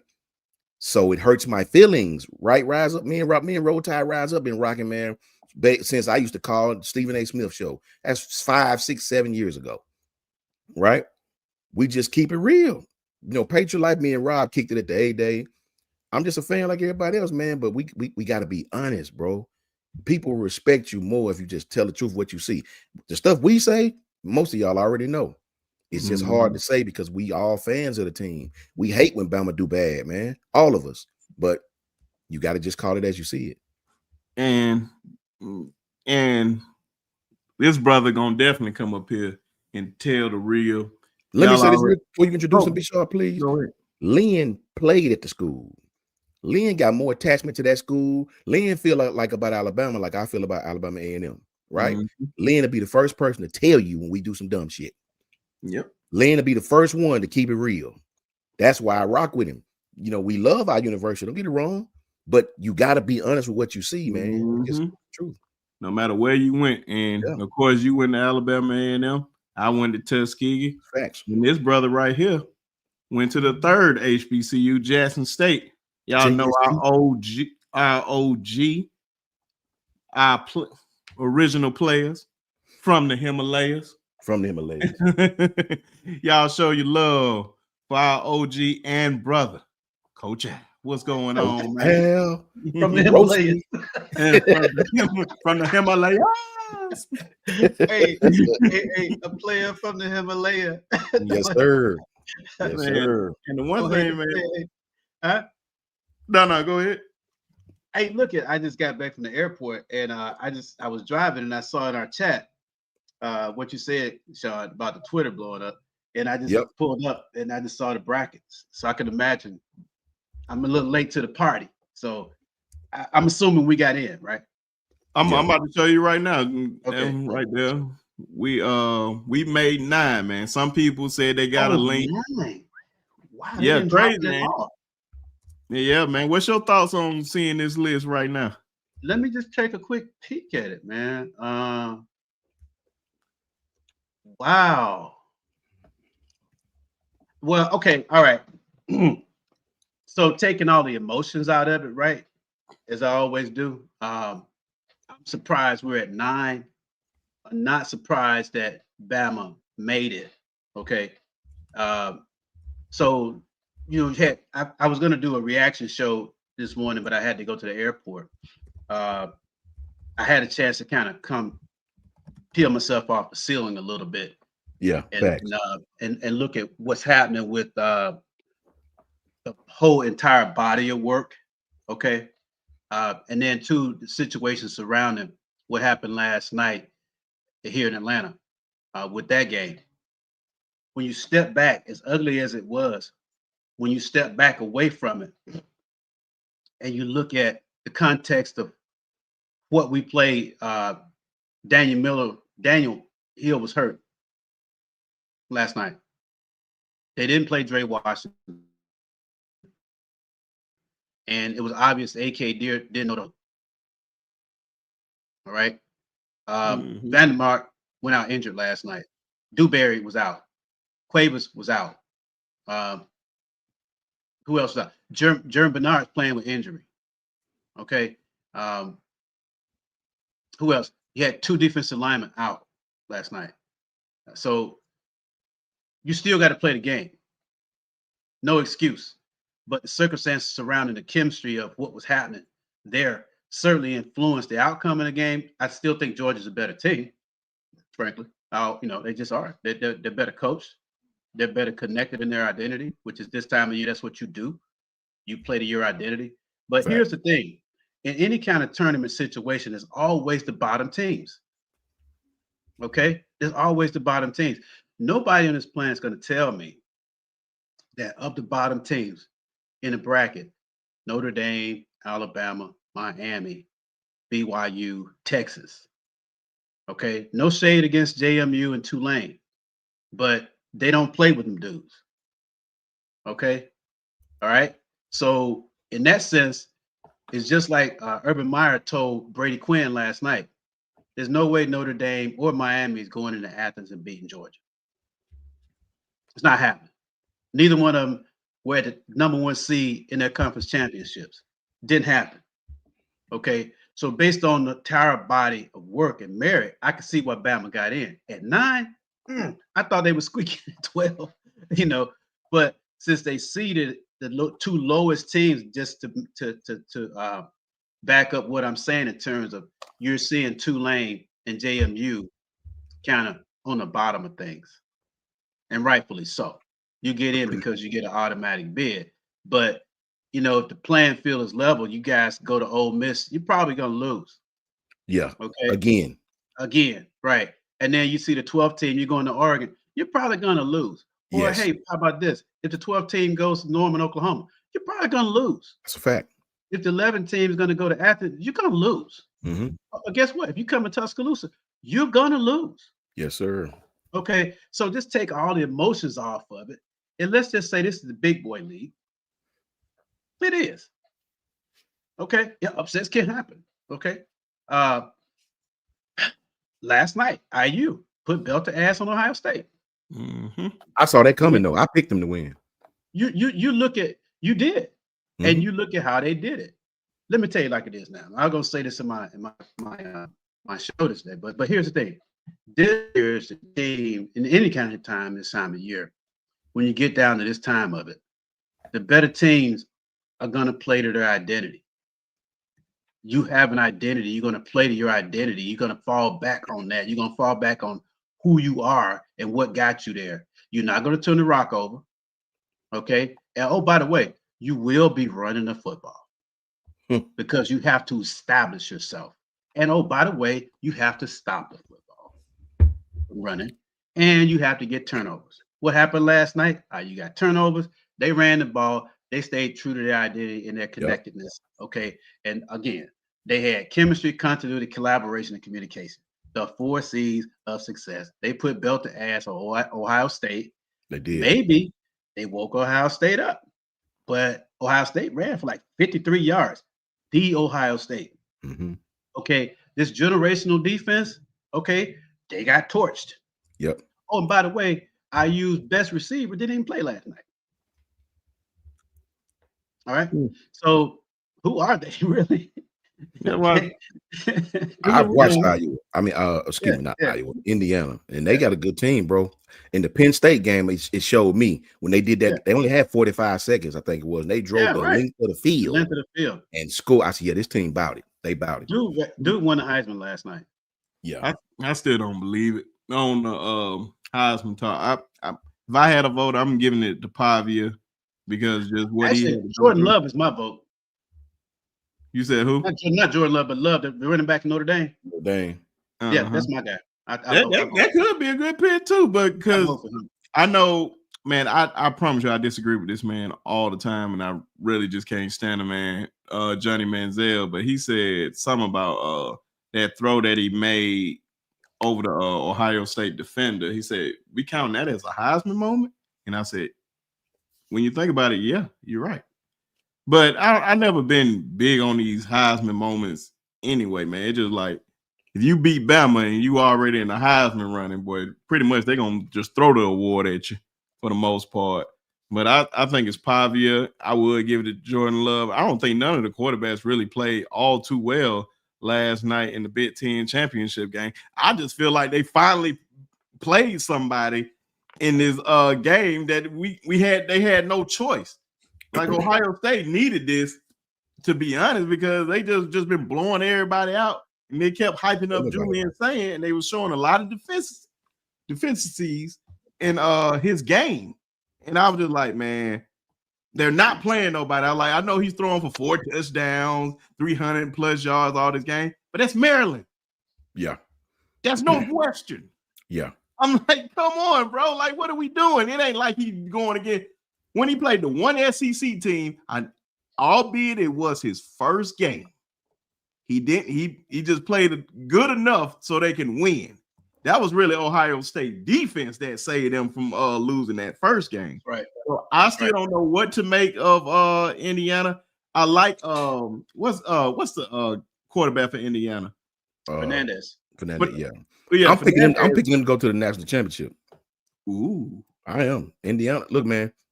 They have a veteran team. Those kids were the same kids he brought from James Madison that've been in the system for 3 years now. Chemistry, communication, collaboration. They connected, man. They connected, bro. Look at how they offense, like, I guess to break it down basic. When they run a 5-yard stop at 6, stem the DB turn around, the ball, but when the receiver turned around, the ball already coming out. You know what I mean, Coach? Yeah. They are playing well together. I don't see nobody beating them until they get to the championship game. Not the path they got. Signetic staff has been together for a while. Again, that continuity, chemistry. I keep saying it till I'm blue in the face. Football this time of year is all about you playing to your identity. Okay, fundamental. Bishop says it all the time. Okay, it's about the fundamentals. It's about getting turnovers. Okay, all right. What's up, Coach I? Coach I. Shout out to the dogs, man. Yeah, man. Coach I, you want to come up? Shout out to the dogs. That's all I got. That link, Coach I. Yeah. Don't talk that dog mess up here. Yeah. Bring the dog catcher. Yeah. I still say don't count Texas A&M out, not for the national championship, but for giving Ohio State the blues, because they can play defense and they can run the football. And I mean, this defense will travel, and they can get after the quarterback too. We've seen that. Julia's saying he's impacted by pressure as well, because they affected the quarterback last night and got inside of his head a little bit, right? So, I mean, this is a very interesting draw, fellas. As far as Briscoe, we've said, it's anybody's ball game this year, man. Anybody. You know, Ohio State showed last night that they are really not head and shoulders above everybody. And is it friend? Oh, Mendoza is his last name. Mendoza. Mendoza from where? Indiana quarterback. Is that his last name? Mendoza. Oh yeah, you was on mute too, Coach. Sure, but it's all good. It's all good. I want you to hear me over here smacking. Oh no, it's all good. But yeah, man, with him, he was at. If guys don't remember, I never was down on him because I knew he was that dude when I seen him go into Auburn when he was at Cal last year. Yeah, and do what he did, and I'm like, okay, this guy pretty nice. And then I realized later on in the season, I was like, damn, Indiana got him. Yeah. Okay, that was a good pickup by them. Yeah. Hey, man, he brought a gang of people to Indiana. He practically brought almost the entire team, man. A lot of those kids, those running backs, receivers, those DBs, they all came with him. Remember, he was at James Madison. Yeah. Came to Indiana and brought a ton of people with him. The year before last, when Mendoza when he was already at Indiana, man. So it was already crazy, man, when he was doing that. And then he bring in most guys. I think one of the best plays of last night, man, was that player, one of the Indiana players that came from Navy. Like Julian saying, had that man on the slant. And that man hauled him down to bat that ball down because he would have caught that touchdown easily. That was in the end zone. Yep. You know, and see, I'm gonna tell you something like this. See, now I'm gonna tell you what, that's a defense that's locked in. Yes. Because you got to understand who you carrying in the back end, regardless of where your eyes are telling you what's your assignment. That's, to me, man, what's yes. That's guys that are locked in and reading their eyes in the right place. So you're not I can't stuff you talk about all the time. That's what those kind of plays in the end are designed. Slip the fullback out to the flat and then drag it tight end from the backside across the back of the end zone. Right. So you essentially got a 3-level flood concept to the right that comes out of play action, and it forces the defenders, especially the linebackers, to get their eyes in the box. That's why it looks like, how did that guy get that wide open? Right. Because they ain't reading the keys fast enough. Somebody not, you're not just being I would say this, Coach Shawn. I'm from a place where you grow up playing football with no pads, and you learn how to play football. Understand? Nobody's teaching you how to play football. So playing instinctive football is something that a lot of times is a lost art these days. Yes. Okay. I mean, clearly and simply put, what kills me, Coach Shawn, is this. When you got a team that's coming in the goal line, and you got a DB. Yeah, he went out, man. He'll be right back. He was already in the matrix a little bit. Let me hit this one real quick before I go any further. Corey, appreciate you, man, becoming a member of the YouTube channel, man. Appreciate you, man. Try to and appreciate everybody that been subscribing to the channel, man, welcome, man. When you come here, you're gonna get great insight up here, man, from the guys themselves, man. And of course, we got another coach about to jump up here in a second, man. We're gonna get Coach Al back up in here, but definitely appreciate you, Corey. And if anybody want to join, the link is in the description. And just subscribe to the channel, man. If you're on Twitter, come on over to YouTube, subscribe to the channel. And anybody that's in here, make sure you like the channel, please. That helps a lot. So if you didn't like the channel, take the time out just to like it real quick. But bringing up our other brother, if he ready. Look like he ready, but I don't know if he ready. He look like he froze too. Yeah, he looked like he froze, so we won't have to wait. But we got our other brother up here, and he just popped in and just giving that thumbs up. Oh, he ready to go, man. I think I introduce him as this. Your SEC champion, SEC champion, our good brother over there at Fanatic. Man, y'all show this brother some love. It's been a second since he been on here. Our good brother and friend, Coach Al. What's going on, man? Coach What's going on, fellas? I just want to come in that office, man, and just knock all those stuff down, man. Hey, man, congratulations to y'all, man. Hey, man, appreciate it. Listen, man, Sundays is typically family day, but the wife got to go grocery shopping right quick, so I got some time on my hands. There we go. And I think he's ready now. I see him moving now. Y'all make sure y'all show love to our other brother. He already throwing horns down already. Jesus Christ. Y'all make sure y'all show it. It ain't even who y'all think it is, but we're going to bring him up from On the Block Sports with Coach Karl, our good friend. Coach Karl, what's going on, man? Coach Karl, what up, broski? What's going on, Coach Shawn? What up, broski? I would say got everybody up in here, man. I want to know how Coach I feel. How you feel, Coach I say, man? How you feel when y'all led and everything? You know how he feel. Hey, you know, a good win. Both teams came limping in on Saturday. I'm glad Alabama. I said on Twitter last night that I thought Alabama still should have gotten the playoffs. So I'm glad y'all did. I know some of y'all know. I watched some of the show last night. I know y'all was saying you probably didn't deserve it, but I just say it like this, man. If you was in before, you know what I'm saying, championship weekend, like the people that was behind you didn't have a chance to take a L last night. So that's the only reason why I say that. So, but yeah, man, pretty good. But interested to see both teams' injury situation going forward, man, because lots of key players out. Which y'all have an extra time because y'all got that bye, so that helps with y'all, man. We already on the road going to Norman, Oklahoma. Right, and man, I'm interested to see if y'all got like this mental thing like we had against y'all or Texas has against us. You know what I'm saying? It's like I think both teams are kind of similar. Alabama defense playing good, offense can't move the ball. Oklahoma defense playing good, offense can't move the ball. So listen, if y'all contain Satania, I think y'all will be all right. Yeah. Coach, let me tell you this real quick. My bad. No, go ahead.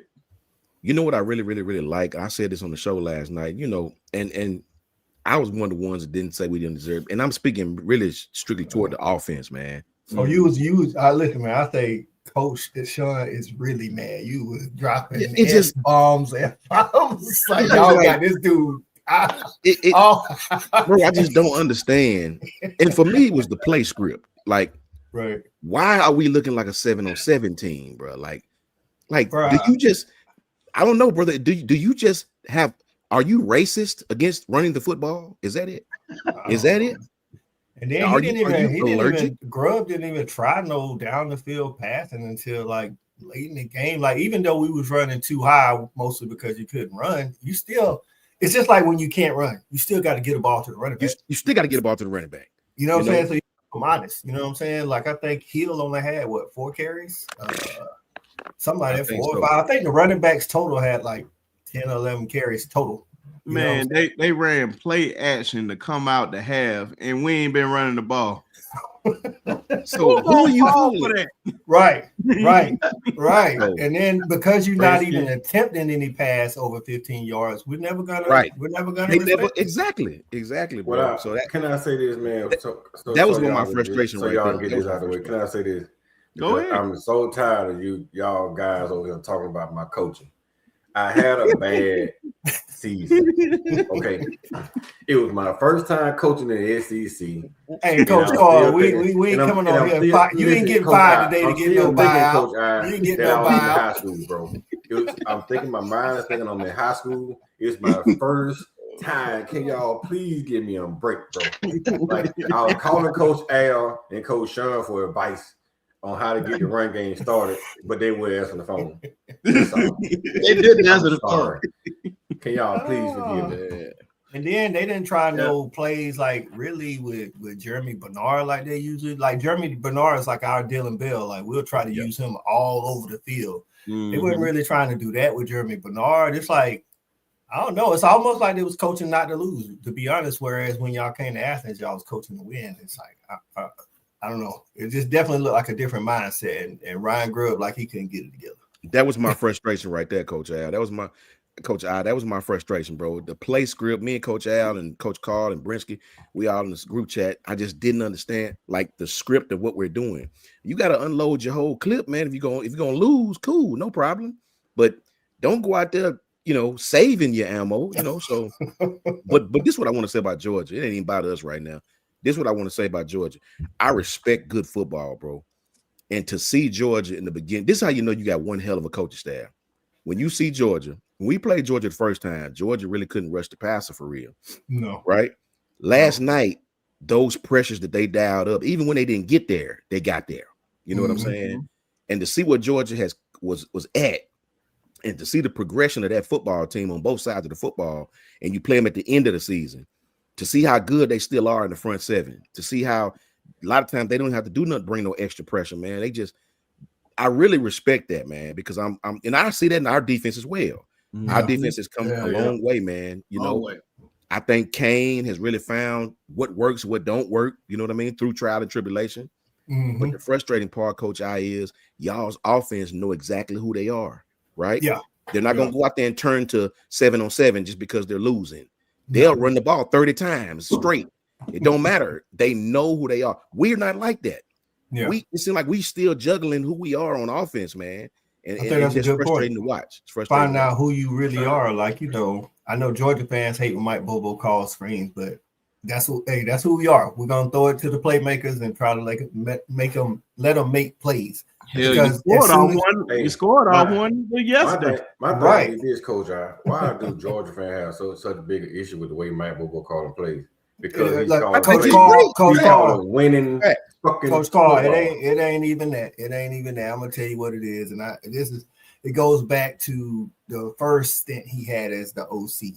A lot of Georgia fans blame him for Mark Richt not winning no championship when it was never him. Yeah. His last 3 to 4 seasons in Athens, he was averaging like 37 points when 37 points wasn't even heard of per game. You know what I'm saying? And he did that like one year. He did that with Aaron Murray and a whole bunch of backup players. And like I talked to this one girl, and she was like, "Well, he's the reason why we lost the 2012, SEC championship to Alabama." I was like, "No, he ain't." I was like, Aaron Murray said he was trying to clock the ball. I was like, you know what I'm saying? It's like it just didn't work out. No, it's like they just they're never gonna like Mike Bobo. That's just what it is. So listen, if we should win a natty this year, they still won't like Mike Bobo. That's just Coach, they just got in their mind, and everything's got to be high flying. Because when Todd Monken was there, our offense looked like it was unstoppable, but that wasn't even the case. Honestly, when we played Missouri.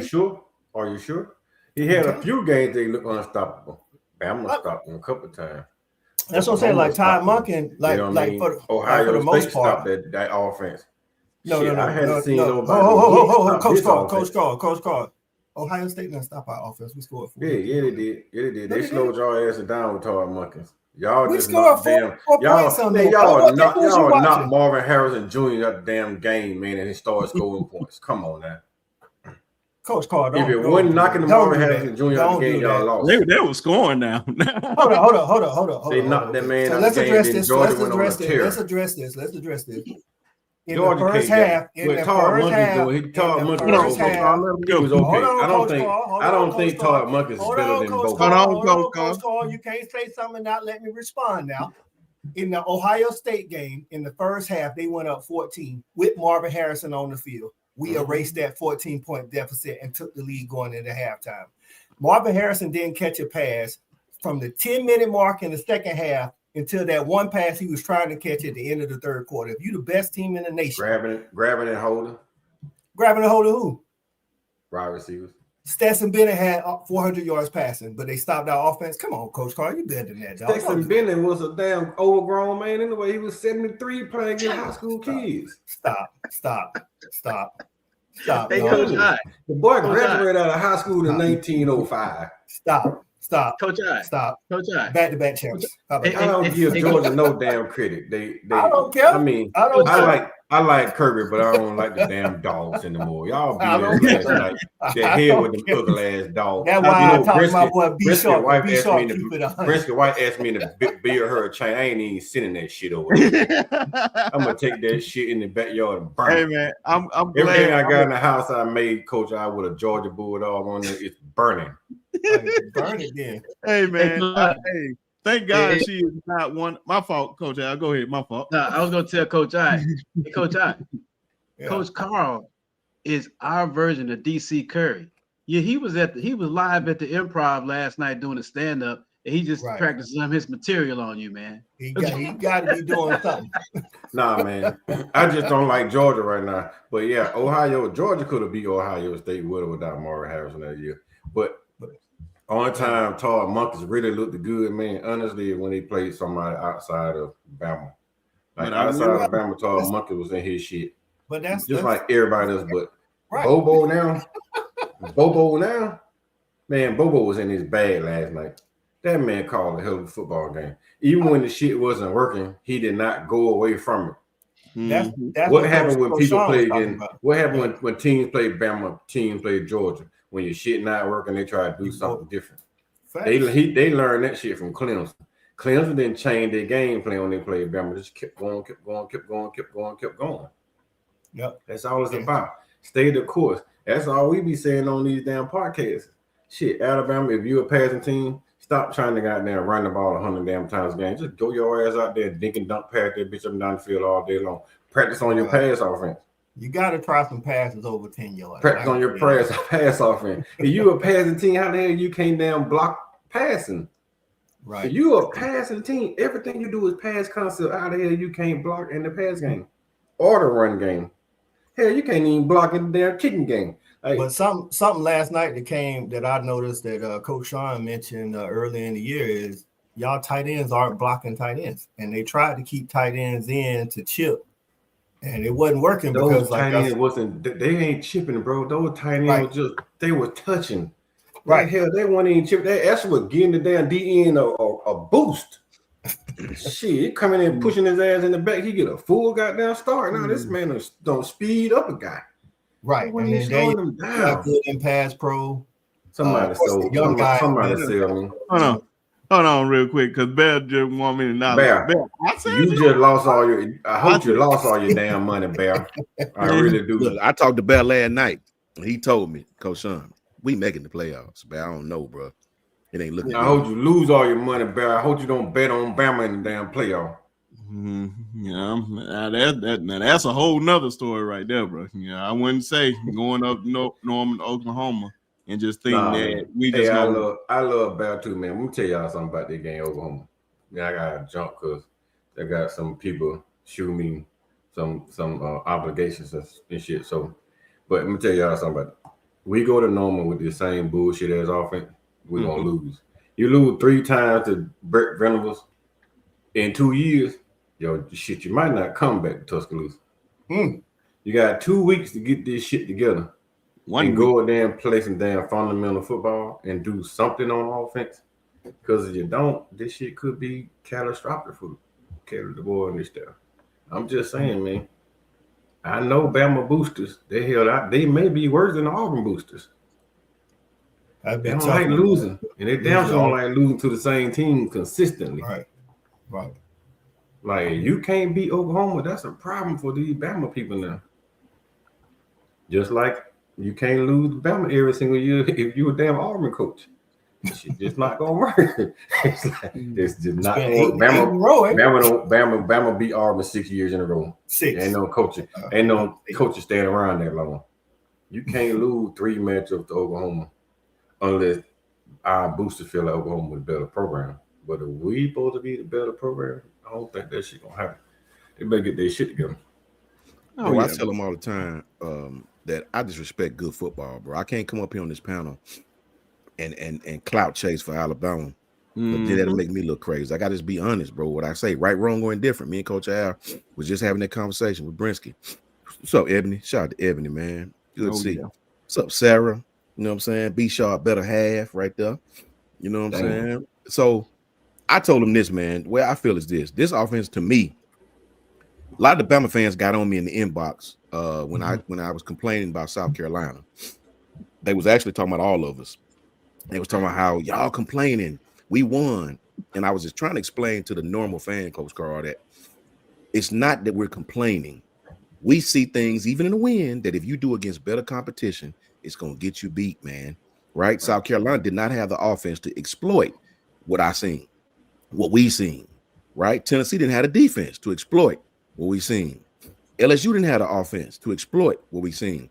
When you start getting to November and you playing these teams that could be potential playoff teams, you've seen it in the Oklahoma game. Oklahoma exploited a little bit, but they didn't have the offense to really press the gas on it, right? We kind of gave them a lot of turnovers, made the game look a little different than what it really was, right?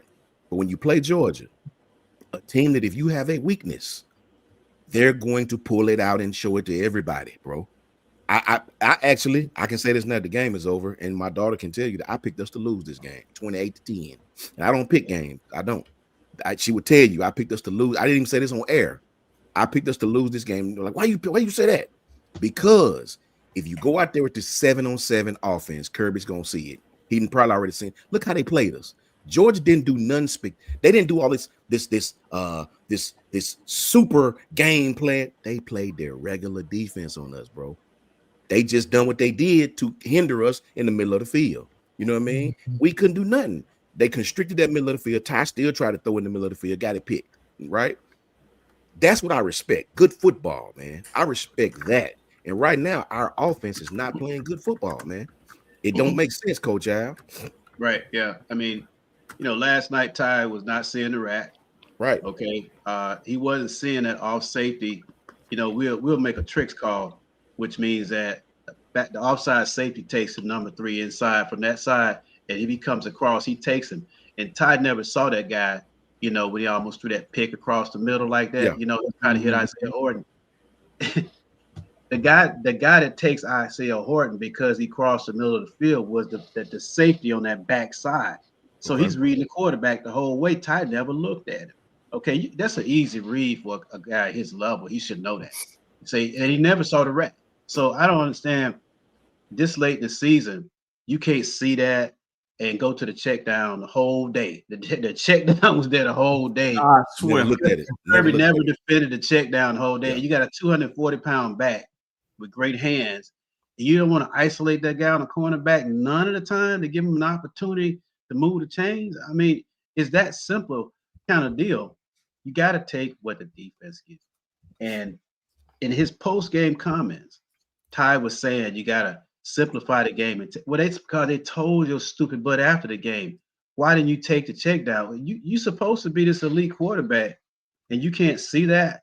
That's what I have a problem with right there. Yeah, nothing. In this offense. It ain't so much that what we're doing and what we're not doing. You got to take what the defense give you, whether that's a 3-yard runs, you punt the ball and play field position because your defense is playing well, or you see some matchups like Ryan, who I thought had a live body last night, and we totally ignored him for the most part. Yeah, we didn't try to scheme him up. It's like Zachariah Branch, man. You know what he does well. You know what he got to stop. But yet still, Bobo dialed it up. Yeah. When he needed plays, he dialed it up. Listen, we beat Georgia. Georgia beat us last night without Oscar Delp and Lucky even being involved in the game remotely. I think Delp had one reception. Lucky didn't have one, I don't think. Yeah. Okay. And It was that's the other Mike- way around. Other way around. Other way around. That's Mike Yeah. Bobo's bread and butter, man. You know, and he didn't even go to it to beat us last night. They manufactured what they needed to do to beat us, and you know, and they did what they were supposed to. They choked us like a boa constrictor. When you come into these games with light talent, this is all we're trying to say through the South Carolina game. And when you come into these games with teams with like talent, like or better talent, you got to have your coaching on point, man. Third down, we were atrocious. Some of the third down calls on offense, and I still won't get over this one. It was the run play, series. the run play, or to number 17. Yes, I was just going to talk about it. That was a terrible call. Terrible call, brother. Terrible call. Daniel He was getting 3 yards, 2 yards, 3 yards, right? So Georgia had a zero technique on that formation. He was head up on the center. We was actually running the ball for a few yards. We come back and bring Lottie on this orbit motion, cross formation. He turn around, come back across, and hand him the ball on a little end around. Man, the DB stepped up and smoked him, bro. Smoked him. That was a terrible. We lost 2 yards. And it felt Scott like 3 missed the people block. around. Scott Right. went to the safety. Scott should have blocked the corner. I don't know what the hell Scott was thinking. Look, Man, it's the it most looked like- dangerous man, and you got to know down and distance. That's lack of execution. We ended up losing yards. I was like, brother. Coach, that one pissed me And that off. was at the beginning of the game. right. Coach Shawn, to what you said about them getting mad at y'all for being, getting on Bama after the South Carolina game. Like we say on Respect the Hedges, and then I say on my Chuck and Buckets because we cover South Carolina women's basketball. If you're just joining us, you know what I'm saying? It's constructive criticism coming from a standpoint where we're held at a different standard than regular teams. We don't look at games. We don't look at games just as wins. We look at games as potential. What could happen if we make it to the national championship, which is the standard. So when you criticizing a team in a win, it's because, like you said, when you get ready to go on that path and you playing these elite teams, that kind of stuff gonna come back to bite you. It's the reason why we was so hard on Glenn Schumann at the beginning of the year, and we couldn't stop the explosive, not because we was worried about losing to Mississippi State. Right. We worried about giving up explosives to Bama or giving up explosive in the playoffs or something like that. So, but last night, man, field position played a huge part in the first half. Man, I noticed that from the first 3 drives because we got the ball first, we got a first down, and then 3 plays and we punted. We made y'all we made y'all punt 3 and out, but we gained 10 yards in that exchange because we got a first down and you guys didn't. Next time we got the ball, same thing. We got a first down and we gained more yards on that. Even though we punted, we gained more yards than y'all did, and we gained another 10 yards. So then now y'all starting from y'all 15. And then when we make y'all punt, we get a decent punt return. You know what I'm saying? And then we can. And we put y'all like y'all was punting from inside y'all 20 on that, you know what I'm saying? So we was like, so Kirby said they called down and said, hey man, the block might be there. So they go for the block, get the block. Now we got a short field. All because the first couple of drives, we gained 10 more yards than y'all, and then our punter punted better than they did. You know what I'm saying? So it's like people overlook those kind of things. You know what I'm saying? And then the guy that fields y'all punts, I don't know what he was thinking, fielding the punt, trying to field the punt inside the 10. Inside, yeah, bro. And then he drops it and loses another 4 yards. Like, first of all, they tell you as a punt returner, if you got to take a step back, if you standing on the 10 and you got to take a step back, let the ball go. Let the ball go. Let the ball go. And that was another mistake. And Cole, and the crazy thing is, man, Cole doesn't make those type of bad choices. That's why I say he just had a brain fart on that game. I think the only time we had a really bad special team mishap on the punt return was in the Oklahoma game when we had Ryan back there with Cole, and he ended up fumbling the ball back there. Bro, so and that I don't know what was up. I remember y'all calling out Ryan Williams early in the season too. I believe if any coach that's gonna be, his job ain't gonna be there next year is a special teams coach, offensive line coach, and that special too. But if I had to put my money on just one, I know it's special teams for sure. Cap, love Chris Cap, but they needed this guy, bro. When you look at what they're doing, we and Coach Al talked about this early in the season. Blown assignments, like the communication is bad. They can't figure out who playing where. Man, no. Get him up out of there, man. Get him up out of there. Hey, listen, man. For sure last night. Lyman, man, you really basic. You got to get a hat on the hat and dominate your box. I mean, it sounds cliche, but that's blocking. That's Yeah. offensive line play in a nutshell, man. Right. You got to be able to get locked onto a guy and stay with the block. You got to be able to sustain, man. You know, I mean, every play is not a touchdown when you're running the football. Okay, That's fact. every play is not a touchdown, and Patient. so you can tell the running teams, man, when the backs they really hit the hole. They really pounding the line, man, and they keep their legs moving. Okay, because that way you falling forward, you're moving forward, and that wears on the defense over time. But it also forces the linebackers to get their gaps quicker. It forces Yeah. the safeties to fit quicker. That what makes play action better. Even if Yeah. you're not running for 150 yards, they know that back gonna hit the hole. If you don't get there, he breaks the arm tackle. Hey, that's 5, 6, 7 yards right there, man. Now you're in second and short. Okay.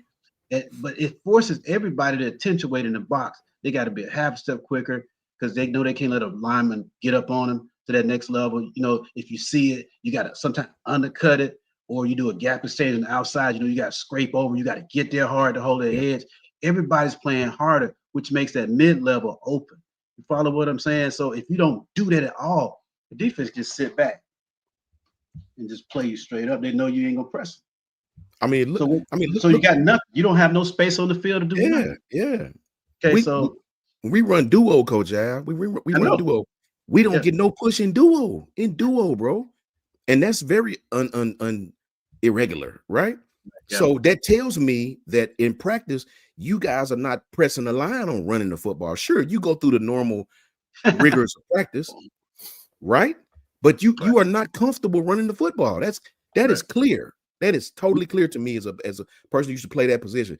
This offense is not comfortable running the football, like not consistently, not just line up running. Let me say this, Coach Shawn. Let me say this too, because you know I'm a glass half full kind of guy. Before you get there, let me read this one out real quick by Gelato. Appreciate the $4.99, my brother. He said, "Why do Grubs think we can go east and west against these SEC defense?" That's way of thinking. That's how he. That's what he's doing. Plain and simple. You know. Appreciate that, Gelato, man. Definitely appreciate that. But go ahead, Coach. My fault. What I'm going to say is this. Step back and pump the brakes a little bit. I'm not going to get so much caught up in last night. I want to look at the bigger picture. This is year 2. Yeah. This is year 2. And you remember when Nick came into Alabama, we're going to go comparison because what we're doing, we're comparing Alabama to Alabama. That's one of the biggest problems, right? Yeah. So look at what happened. Huge guys, man, playing linebacker until they ran up against a guy like Johnny Manziel, and then Hugh Freeze with that hurry up, no huddle offense, spread you out. Nick actually changed the construction of his defenders, you know, the size of his linebackers. He changed his offense. You know, he had to adjust. That's why it's not fair to compare the board to Saban, but a great coach will adapt. This is year 2. He's still bringing in personnel. He got to get his staff right, you know, all of that stuff. And he made the SEC championship in year 2 and lost 1 game in the SEC year 2. I mean, yeah, it looks ugly at the end of the day, but we're not playing typical Alabama football. But Nick Saban went to a spread offense, and with Mac Jones was throwing it, they had filling the air full of footballs. We had the ride outs. We were known for an explosive passing team. Yeah, we had good running backs. But when the decline of our offense started to happen, we started losing our offensive line coaches, Stoutland, and those dudes. We started losing those guys. And you could see the quality of the run game decline. But Nick Saban was such a great guy. They still made it work. Kind of like what Coach Karl was saying. We're going to play to our strengths in the passing game and you know, and find your weaknesses, and play defense behind it. So this is year 2. I'm not going to overreact and say the guy has the inability to adjust.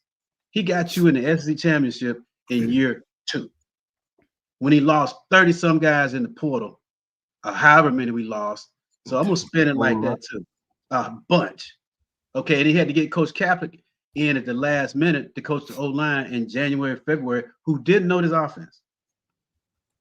Okay, so I'm going to try to spin it positively. There's a lot to pound on Bama, but I'm going to try to spin it positively and say this is year 2. Let's see what happens in year 3. We had a hell of a recruiting class. We've got a hell of a recruiting class last year. A lot of freshmen contributed. Let's see what happens next year. Yeah, because Somebody- oh, my fault. I was No, just, no, go ahead, Brent. Go ahead, Brent. He said, so do you guys think this is a successful year for Caleb? I think it's hell yeah, you're in the playoffs. In the playoffs. Yeah, I'm about to say This is a anybody championship. No, Anybody it's that successful think- once you touch the playoffs, bro. man, if somebody say this is not successful making it to the playoffs, then what the hell are we playing for? Because it's not going to be easy to win these national championships like how it's been in the past. If you think it's going to be easy like that, Nick Saban's not walking the sidelines at Alabama, and we comparing the board to Nick Saban. Hell, 99.8% of the guys that coached the game don't compare to Nick Saban. So what do you expect? I mean, come on, man. So look here, I tell you what. I'm just gonna call it like I see it. Okay, that's all I'm doing. Like Shawn said, it's just my humble opinion. That's it.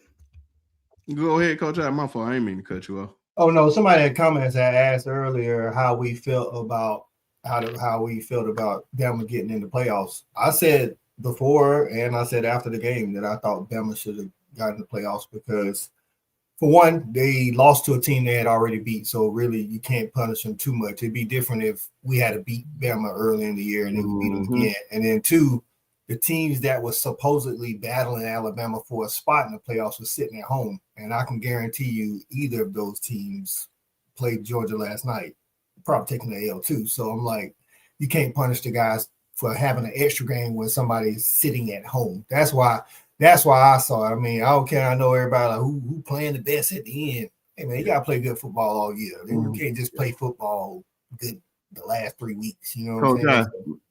Man, the one thing I would say about y'all, man, the one thing that my boy Bama up in here, man, because I know he got on me early in the year, man. He was like, man, you giving Jordan them too much credit. I'm like, man, listen here.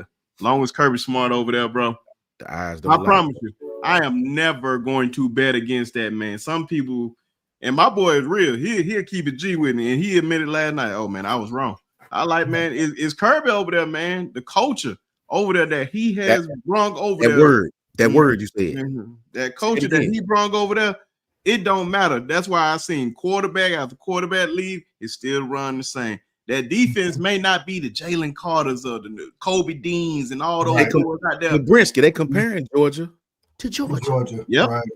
Them boys are still, man. Yeah, I trust me. remember early in the season, Brent, you was on. I want to say you might have been on Jason's show. I remember you going at somebody like, "What y'all talking about? Georgia Talking about, yeah, gonna Brinsky, lose tell 3 or 4 Tell games." me. Like I saw a lot of that on social media. Fandom. Like 3 or 4 games. Like, Fandom. Fandom. Like, That's come what that on, is, bro. yeah. Like that's not even realistic at No. this point in the game, man. Like, what Nah. are we talking about, man? This team ain't lost at home since 2019, bro. Bruh. On, man. Come on. Bruh. And then we just go in there. You think we just go in there, man? We struggle at the end to try to end that winning streak, bro. Yeah. That But dog see, is look here. not. Hey, Kirby, Coach I, man. do you think Miami or Notre Dame comes into Athens and beat Georgia this year? No. Okay, there you go. No. There you go. Hell, I don't even think Notre Dame beat them last year if they didn't have that tragic accident out there last year.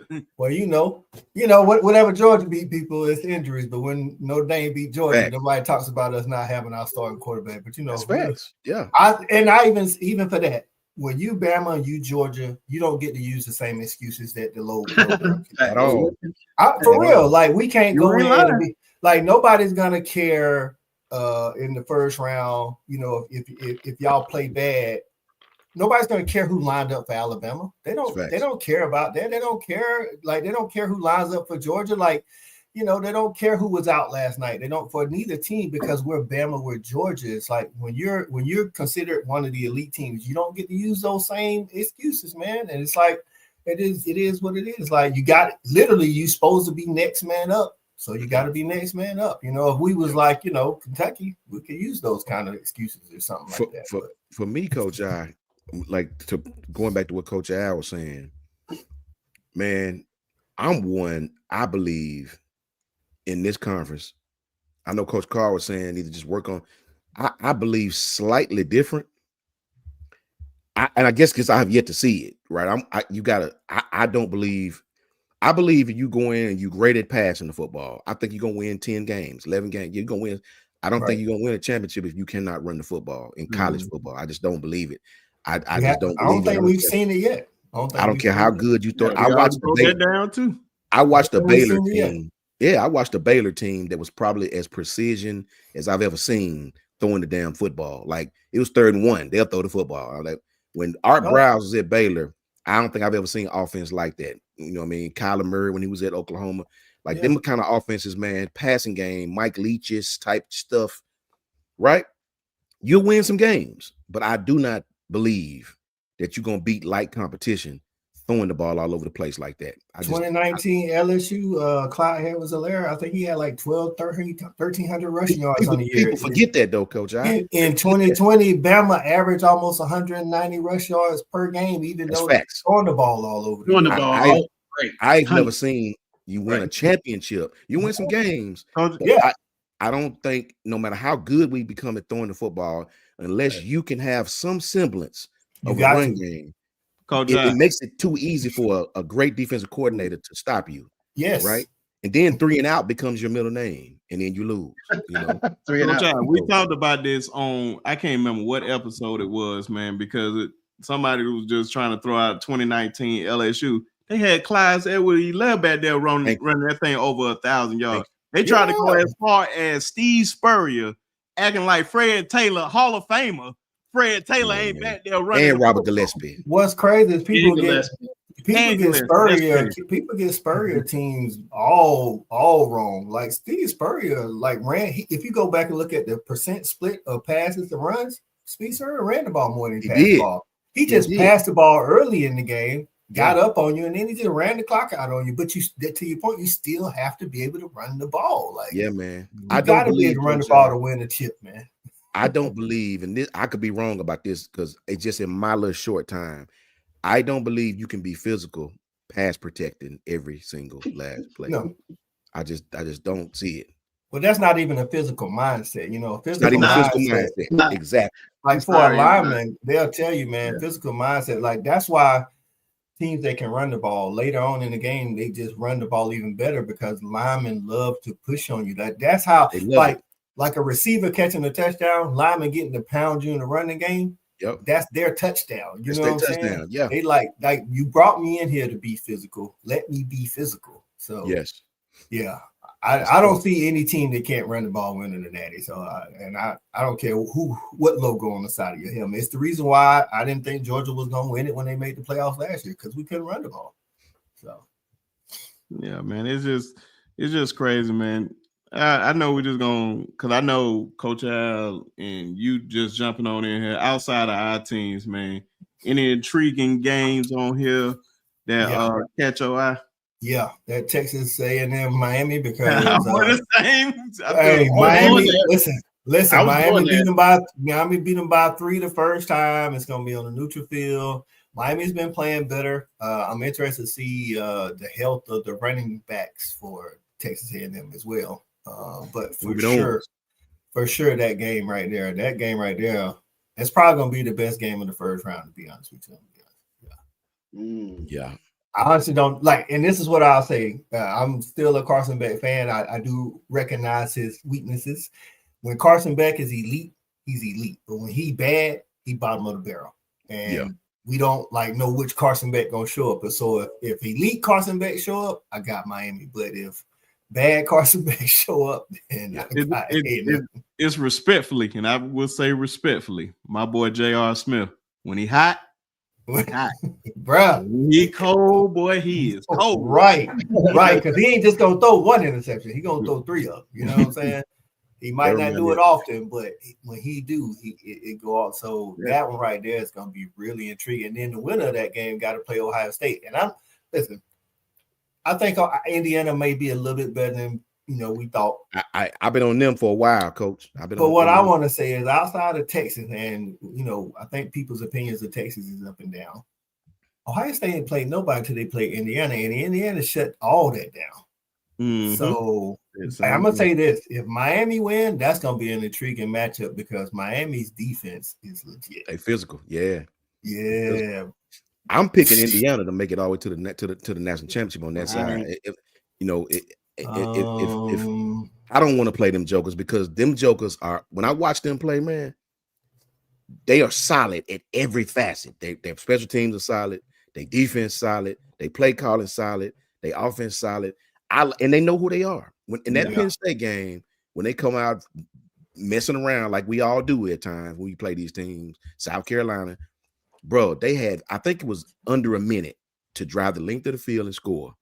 Brother, when I tell you they was calling some of the best offense I've seen march right down the damn. They got some field. receivers too. They got some receivers. Yes, sir. I said that team right there gonna be something to play, because they know who they are. Those kids transferred from James Madison. They've been in that system for a couple years now. Yeah. And they're gonna be a problem, man. They're gonna be a problem on their side. Yeah, they're definitely gonna be a problem. Yeah, I'm interested to see that matchup, but I don't know, man. But you got, as coaches, y'all know, you still got to take into account when the lights is the brightest. Yeah, sometimes guys ain't ready for it. You know what I'm saying? Yeah, like, that's true. Like not for nothing, TCU was playing really good in 2022. It was. Yeah. Like when it got to like the brightest lights, and the first thing goes wrong, it's like, if you've been there before, it's still just a game. You know what I'm saying? But if you don't, that's what I'm interested to see, in that, when it's a win or go home and something go wrong against whoever wins between Oklahoma and Alabama. I'm interested to see how Indiana reacts to that. You know what I'm saying? So yeah, because then that game's going to be on a neutral field. And then the same thing with Indiana, man. Like, I understand, like, both of those teams, if we're being honest, I don't think neither one of those quarterbacks played that much good last night. Like, how they've been hyping them up. Now, Mendoza made the plays that he had to make to in that game. Like, he threw some hell of passes. I ain't gonna lie. Hey, dude can spin that thing now. Oh yeah. I like Mendoza, man. Kirby tried to get him, and I wouldn't have been mad if he got him. All them boys been fresh, man. I just don't see. Maybe, like, yes, I understand. I believe they solid on defense. I truly believe that. On offense, I still have to see, because I haven't seen them play nobody. I think if they run up against Oklahoma more than us, they're going to really have those problems against Oklahoma. See, I think y'all and Oklahoma defense, two different things. Oklahoma going to be able to put pressure on. Yeah. But this is the thing against Oklahoma, and I've been saying this, and if those plays that they don't get home, it's feast or famine. You know what I'm saying? You can take advantage of their secondary. Bama ate off them. Yeah. Right. That's what I'm saying. And I've been saying that all year. I've been arguing they probably got the best front seven in the nation. But when you can stalemate that front seven on 10 to 15 plays, that secondary can be got. And see, with Alabama, y'all defense been getting good, and it's good through all three levels. It may not be the front seven and pressure that Oklahoma is, but y'all got better secondary play than Oklahoma. So that's why I'm interested to see, because one thing about high flying offenses, they hate to have to nickel and dime all the way down the field. They hate that. That's fact. They hate that. Big and fact. So even going to the Alabama Oklahoma matchup this coming time, if y'all make John Mateer 5 yards here, eventually he gonna throw an interception, because even Arbuckle, he wants explosive plays all the time.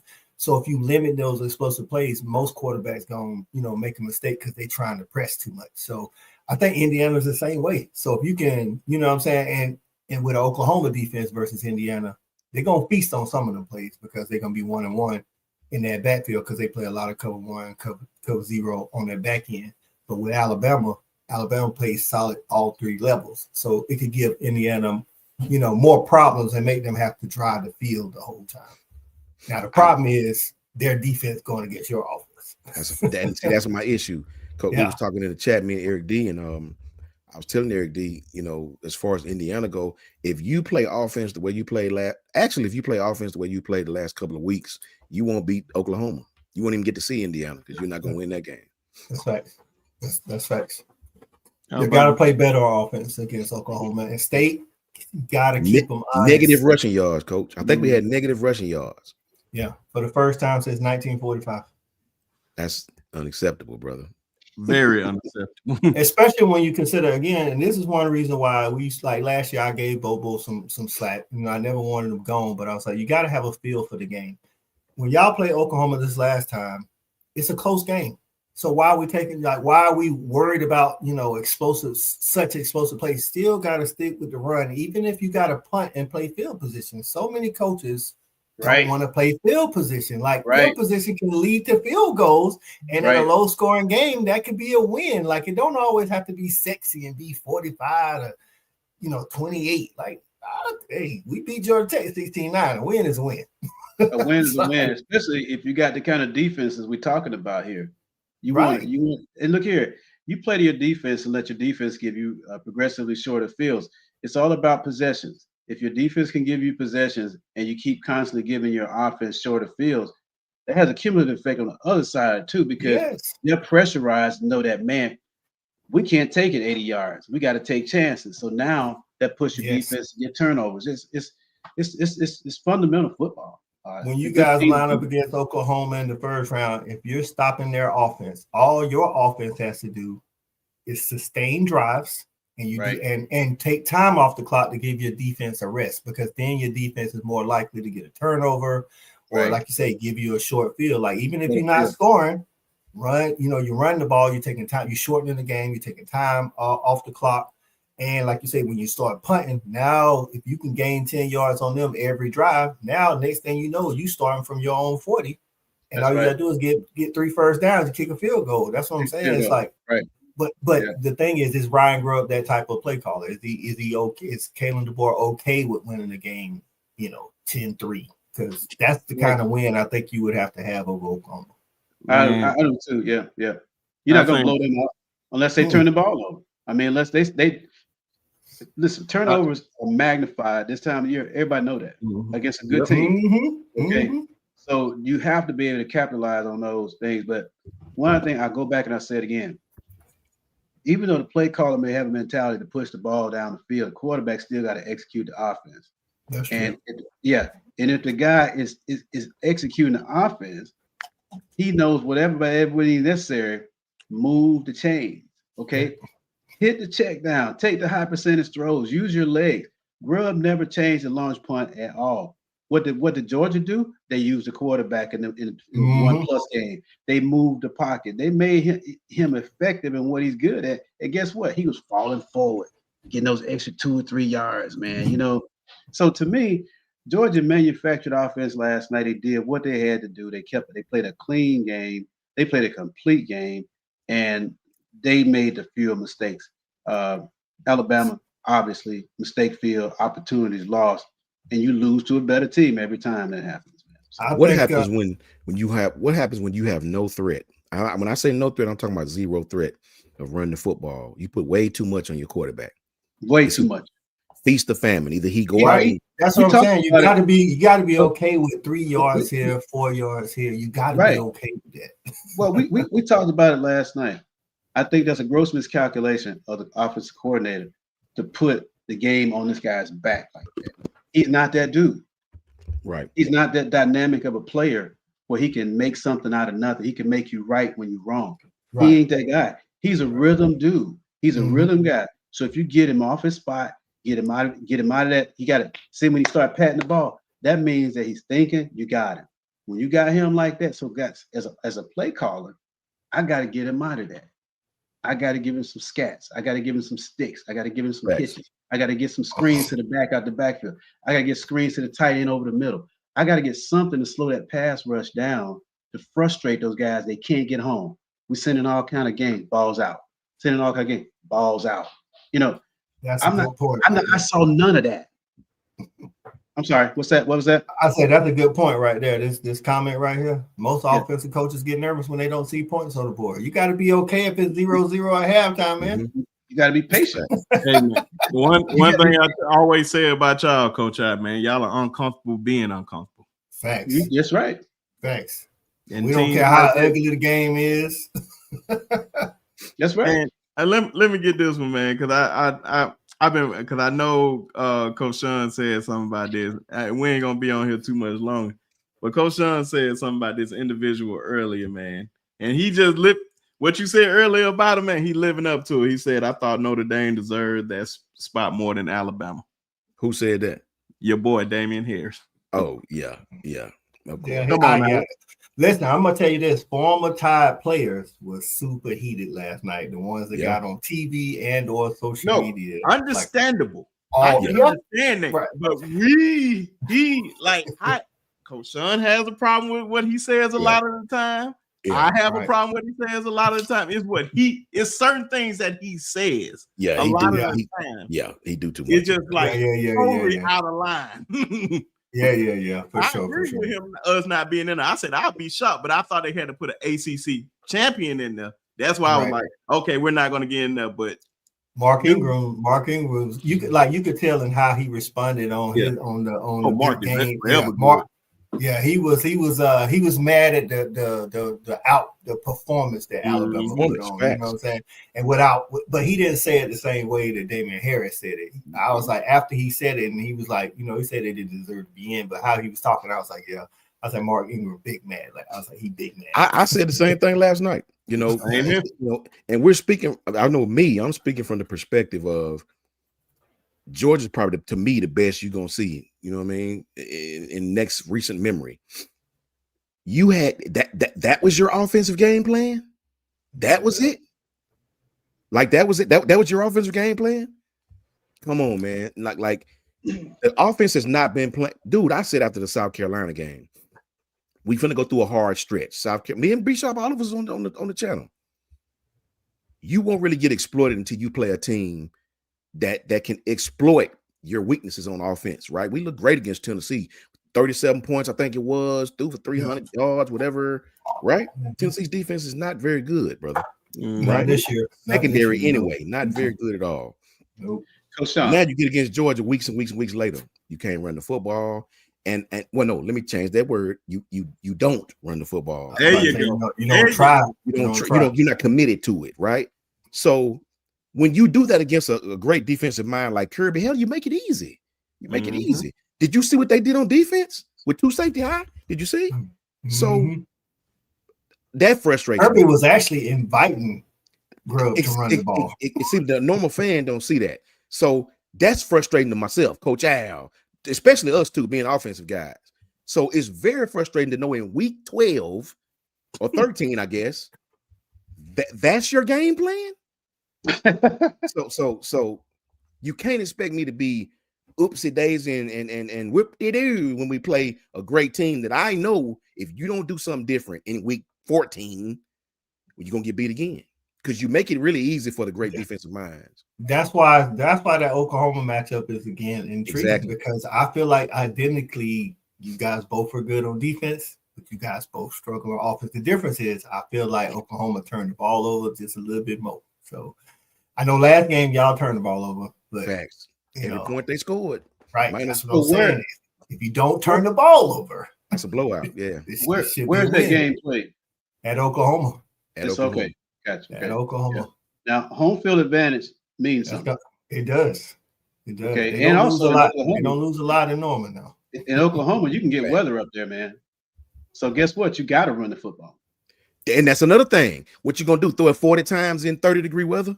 Yeah. Okay. You know our players ain't used to that. Let's just factor that in right there off the top. You know, they got 2 weeks. Yep. They got 2 weeks last year. We can look at the forecast. We can look at the forecast right now, and we know what's going to happen. B. Shaw spoke on that last year, bro. He said, "Look, man, yeah, I know Tennessee playing well, but that up north weather, and I should know that did Chicago more than anybody. I'm still stuck in Tennessee mode though. Man, them boys went up there and act like they was freezing. And then this is where you really showed your hand. You gonna come out shirt off. That was dumb. With your shirts off. That already showed that you was worried about the weather. Like you Coach. You was like you know this elite level football. They're showing we're not worried about it, Coach. You can't give people mental edge on you. You know what I'm saying? So, got your best guy on Jeremiah Smith, and boy, he torched him the whole game. Killed him, bro. All right. Yeah. But there you go. Tough and there. I think Ole Miss blows Tulane out again. And I think Oregon gonna set an example with JMU, to be honest with you. You know how petty Dan Lennon is. I hope they do. Because Coach, before we move on, I told the whole panel, and we all feel the same.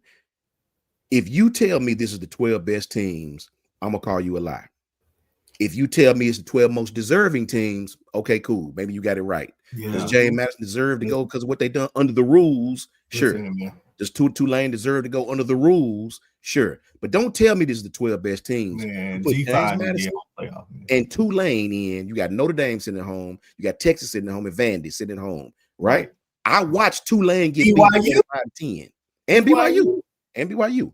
I watched that same Tulane team, Coach I, get beat 45-10, bro, by the same school they playing now.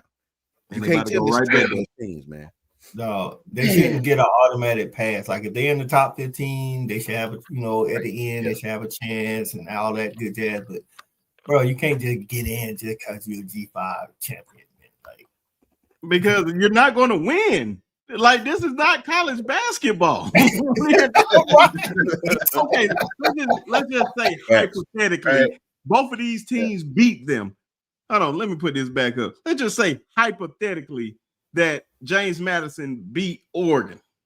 I think Texas Tech about to dump truck them. Right. And then Tulane got to play Georgia. Please. Georgia Tulane upset Over with. Georgia don't want that. Like, when Kirby may run that ball 60 times that game. Oh, you can bet we taking the air out of that ball. Man, please, you letting them boys go hunt. I say go hunt the whole game. Straight physicality. I just feel like, hey, man, kudos to them for winning their conference, man. But it's P4 different. It's a different. I get it. And they'll say, well, we beat this team and we beat this team. Man, you ain't doing that. That's why I said the same thing you said, B. Shawn, when I was talking to Stat Guy. They not winning 4 straight games, though. They're not winning 4 straight games in the playoffs. Right? It's not happening. So I don't even know. One, but that's about it. Maybe, and I don't think this year is the year that's gonna happen either. Hell no. So Brinsky, when that day that game is played on December 20th? December 19th for us. Okay. The high temperature in Norman that day is gonna be 52 degrees and sunny right now. Oh shoot, that's good. That's good. That's football weather right there. The whole week there's a 0% chance of rain. Precipitation is gonna be in the 50s all week long. I just looked at the forecast. Right. Yeah. Right. So, like I say, man, so y'all don't unless something changes, weather may not be an issue. If y'all don't turn the ball over, man, I feel good about y'all beating Oklahoma. But if y'all turn the ball over, the same way last time, and that's what caused all those points. They didn't do anything. Even the Oklahoma guys from Jay and Jason said the same thing. They'll take turnovers. Yeah, right. But turnovers. They knew. The turnovers, hell, man. You can't turn that ball over, man. I'm gonna go ahead and end this one, guys, because I know it's still Sunday and all the guys out there and coach. So these guys can watch some NFL football. But before we get up out of here, real special shout out. I've been saying it for the past 3 weeks. My guys signed a letter of intent to go to college, man. I'm so happy. And my boy Dylan flipped from LSU to Florida. So they're going to be down there with Summerall. Happy for him. Now I got a reason to, I was going down there anyway for the spring game for Florida. Now I have 2 reasons to go down there for Quez and Dylan. So picture with my guys, man. I was so happy, man. I was extremely. Look at that. Yeah. I don't know what Dylan looked like. He praying. I don't know. He said that was an eagle, man. He was doing that the whole when they were doing signing day. Man, them boys excited. And my little cousin Tick on the right side of me, going to Alabama State, man. So definitely shout out to those boys, man. Can't wait. Wait. Love that, man. Where's Dylan going now? He going to Florida. Oh wow! Now he was on the kid behind you. That's Quez. Quez is going to Florida. He went to LSU, right? No, Quez was going to Florida the whole time. Mm-hmm. Okay. Oh, so they both went to Florida. Mm-hmm. Man. Yeah, big time flip by Summerall. Oh man. Well, you know, my oldest lives down that way. Mm-hmm. Oh, you know, who knows? I may show up. Hey man, let me know. I'm going to that spring game. I'm definitely going to that spring game. So definitely. And also got to make sure I do this too. If you have any 7-on-7 squad and you want to be down there in Atlanta, Georgia, Make sure you go down to Atlanta, Georgia, February 28th Epic. through March 1st. Last year, it was epic. Had Ed Reed and all those guys down there. Drew Brees going to be down there this year. It's about to be even bigger this year. Cam Newton team on there. All that. Shout out to my cousin Zarian, who is running this whole thing, man.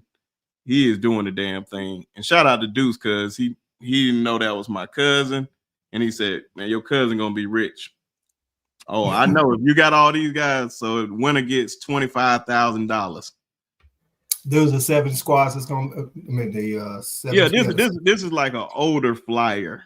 It's probably like a month and a half ago. So it's definitely going to be more teams, but it's going to be a whole bunch of top prospects out there in the these 2027 and above class. So a lot of names going to be out there. I'm going to be out there both days for it, man. So can't wait for it. So if you got a squad, sign up, and we'll see you in Atlanta around that time. Primetime dog. We'll be on, the RTH crew will be on Tuesday, my guy. Say it again. So Primetime asked when the next show with the Dog Squad, Respect the Hedges, will be on Tuesday at 8 p.m., man.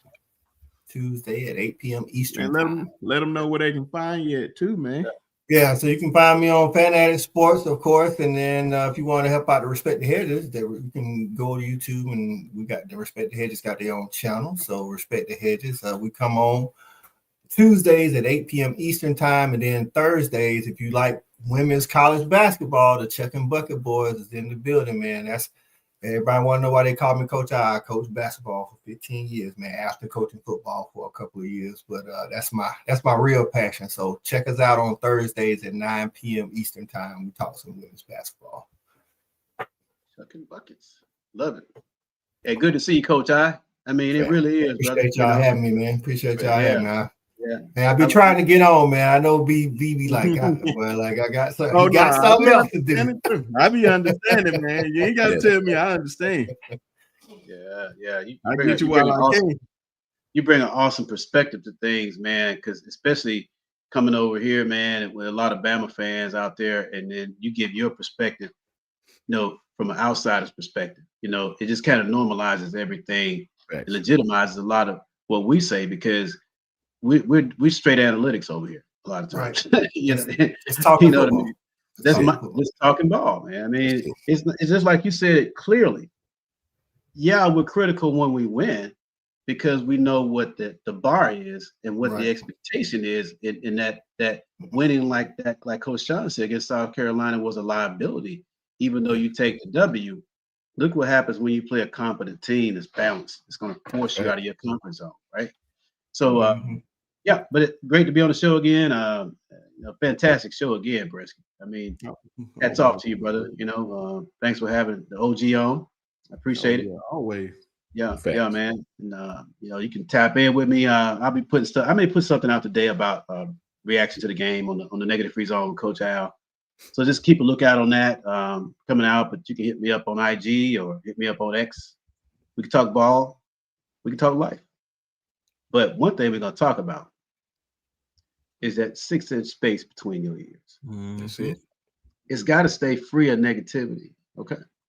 It's got to tap into the unlimited source of peace and joy, love, and all those kind of things, man. Those are the kind of things that elevate your existence to a plane that untouchable by this toxic environment we live in. If you tap into that, that's why you're angry all the time. Yeah. That's a lower order of thinking, actually. Anger. Think about that for a minute. Anyway, this is Coach Al. Good to see y'all. Love that boy, Coach Al, man. He always give me balanced, man. You know what I'm saying? So good to see Coach Al. So good to see my brother, Coach I, man. Love having you up here, bro. Thank you to Brinsky for putting it all together as usual, man. Mm-hmm. If you don't believe what Coach Al is saying is true, go put a positive. Go to any social media platform you have. Put a positive message up. You're gonna have seven likes. Then about an hour later, go put up a message where you cussing somebody out, F everybody, blah, blah, blah, something negative. You're gonna have 4,000 likes in 30 seconds. You watch.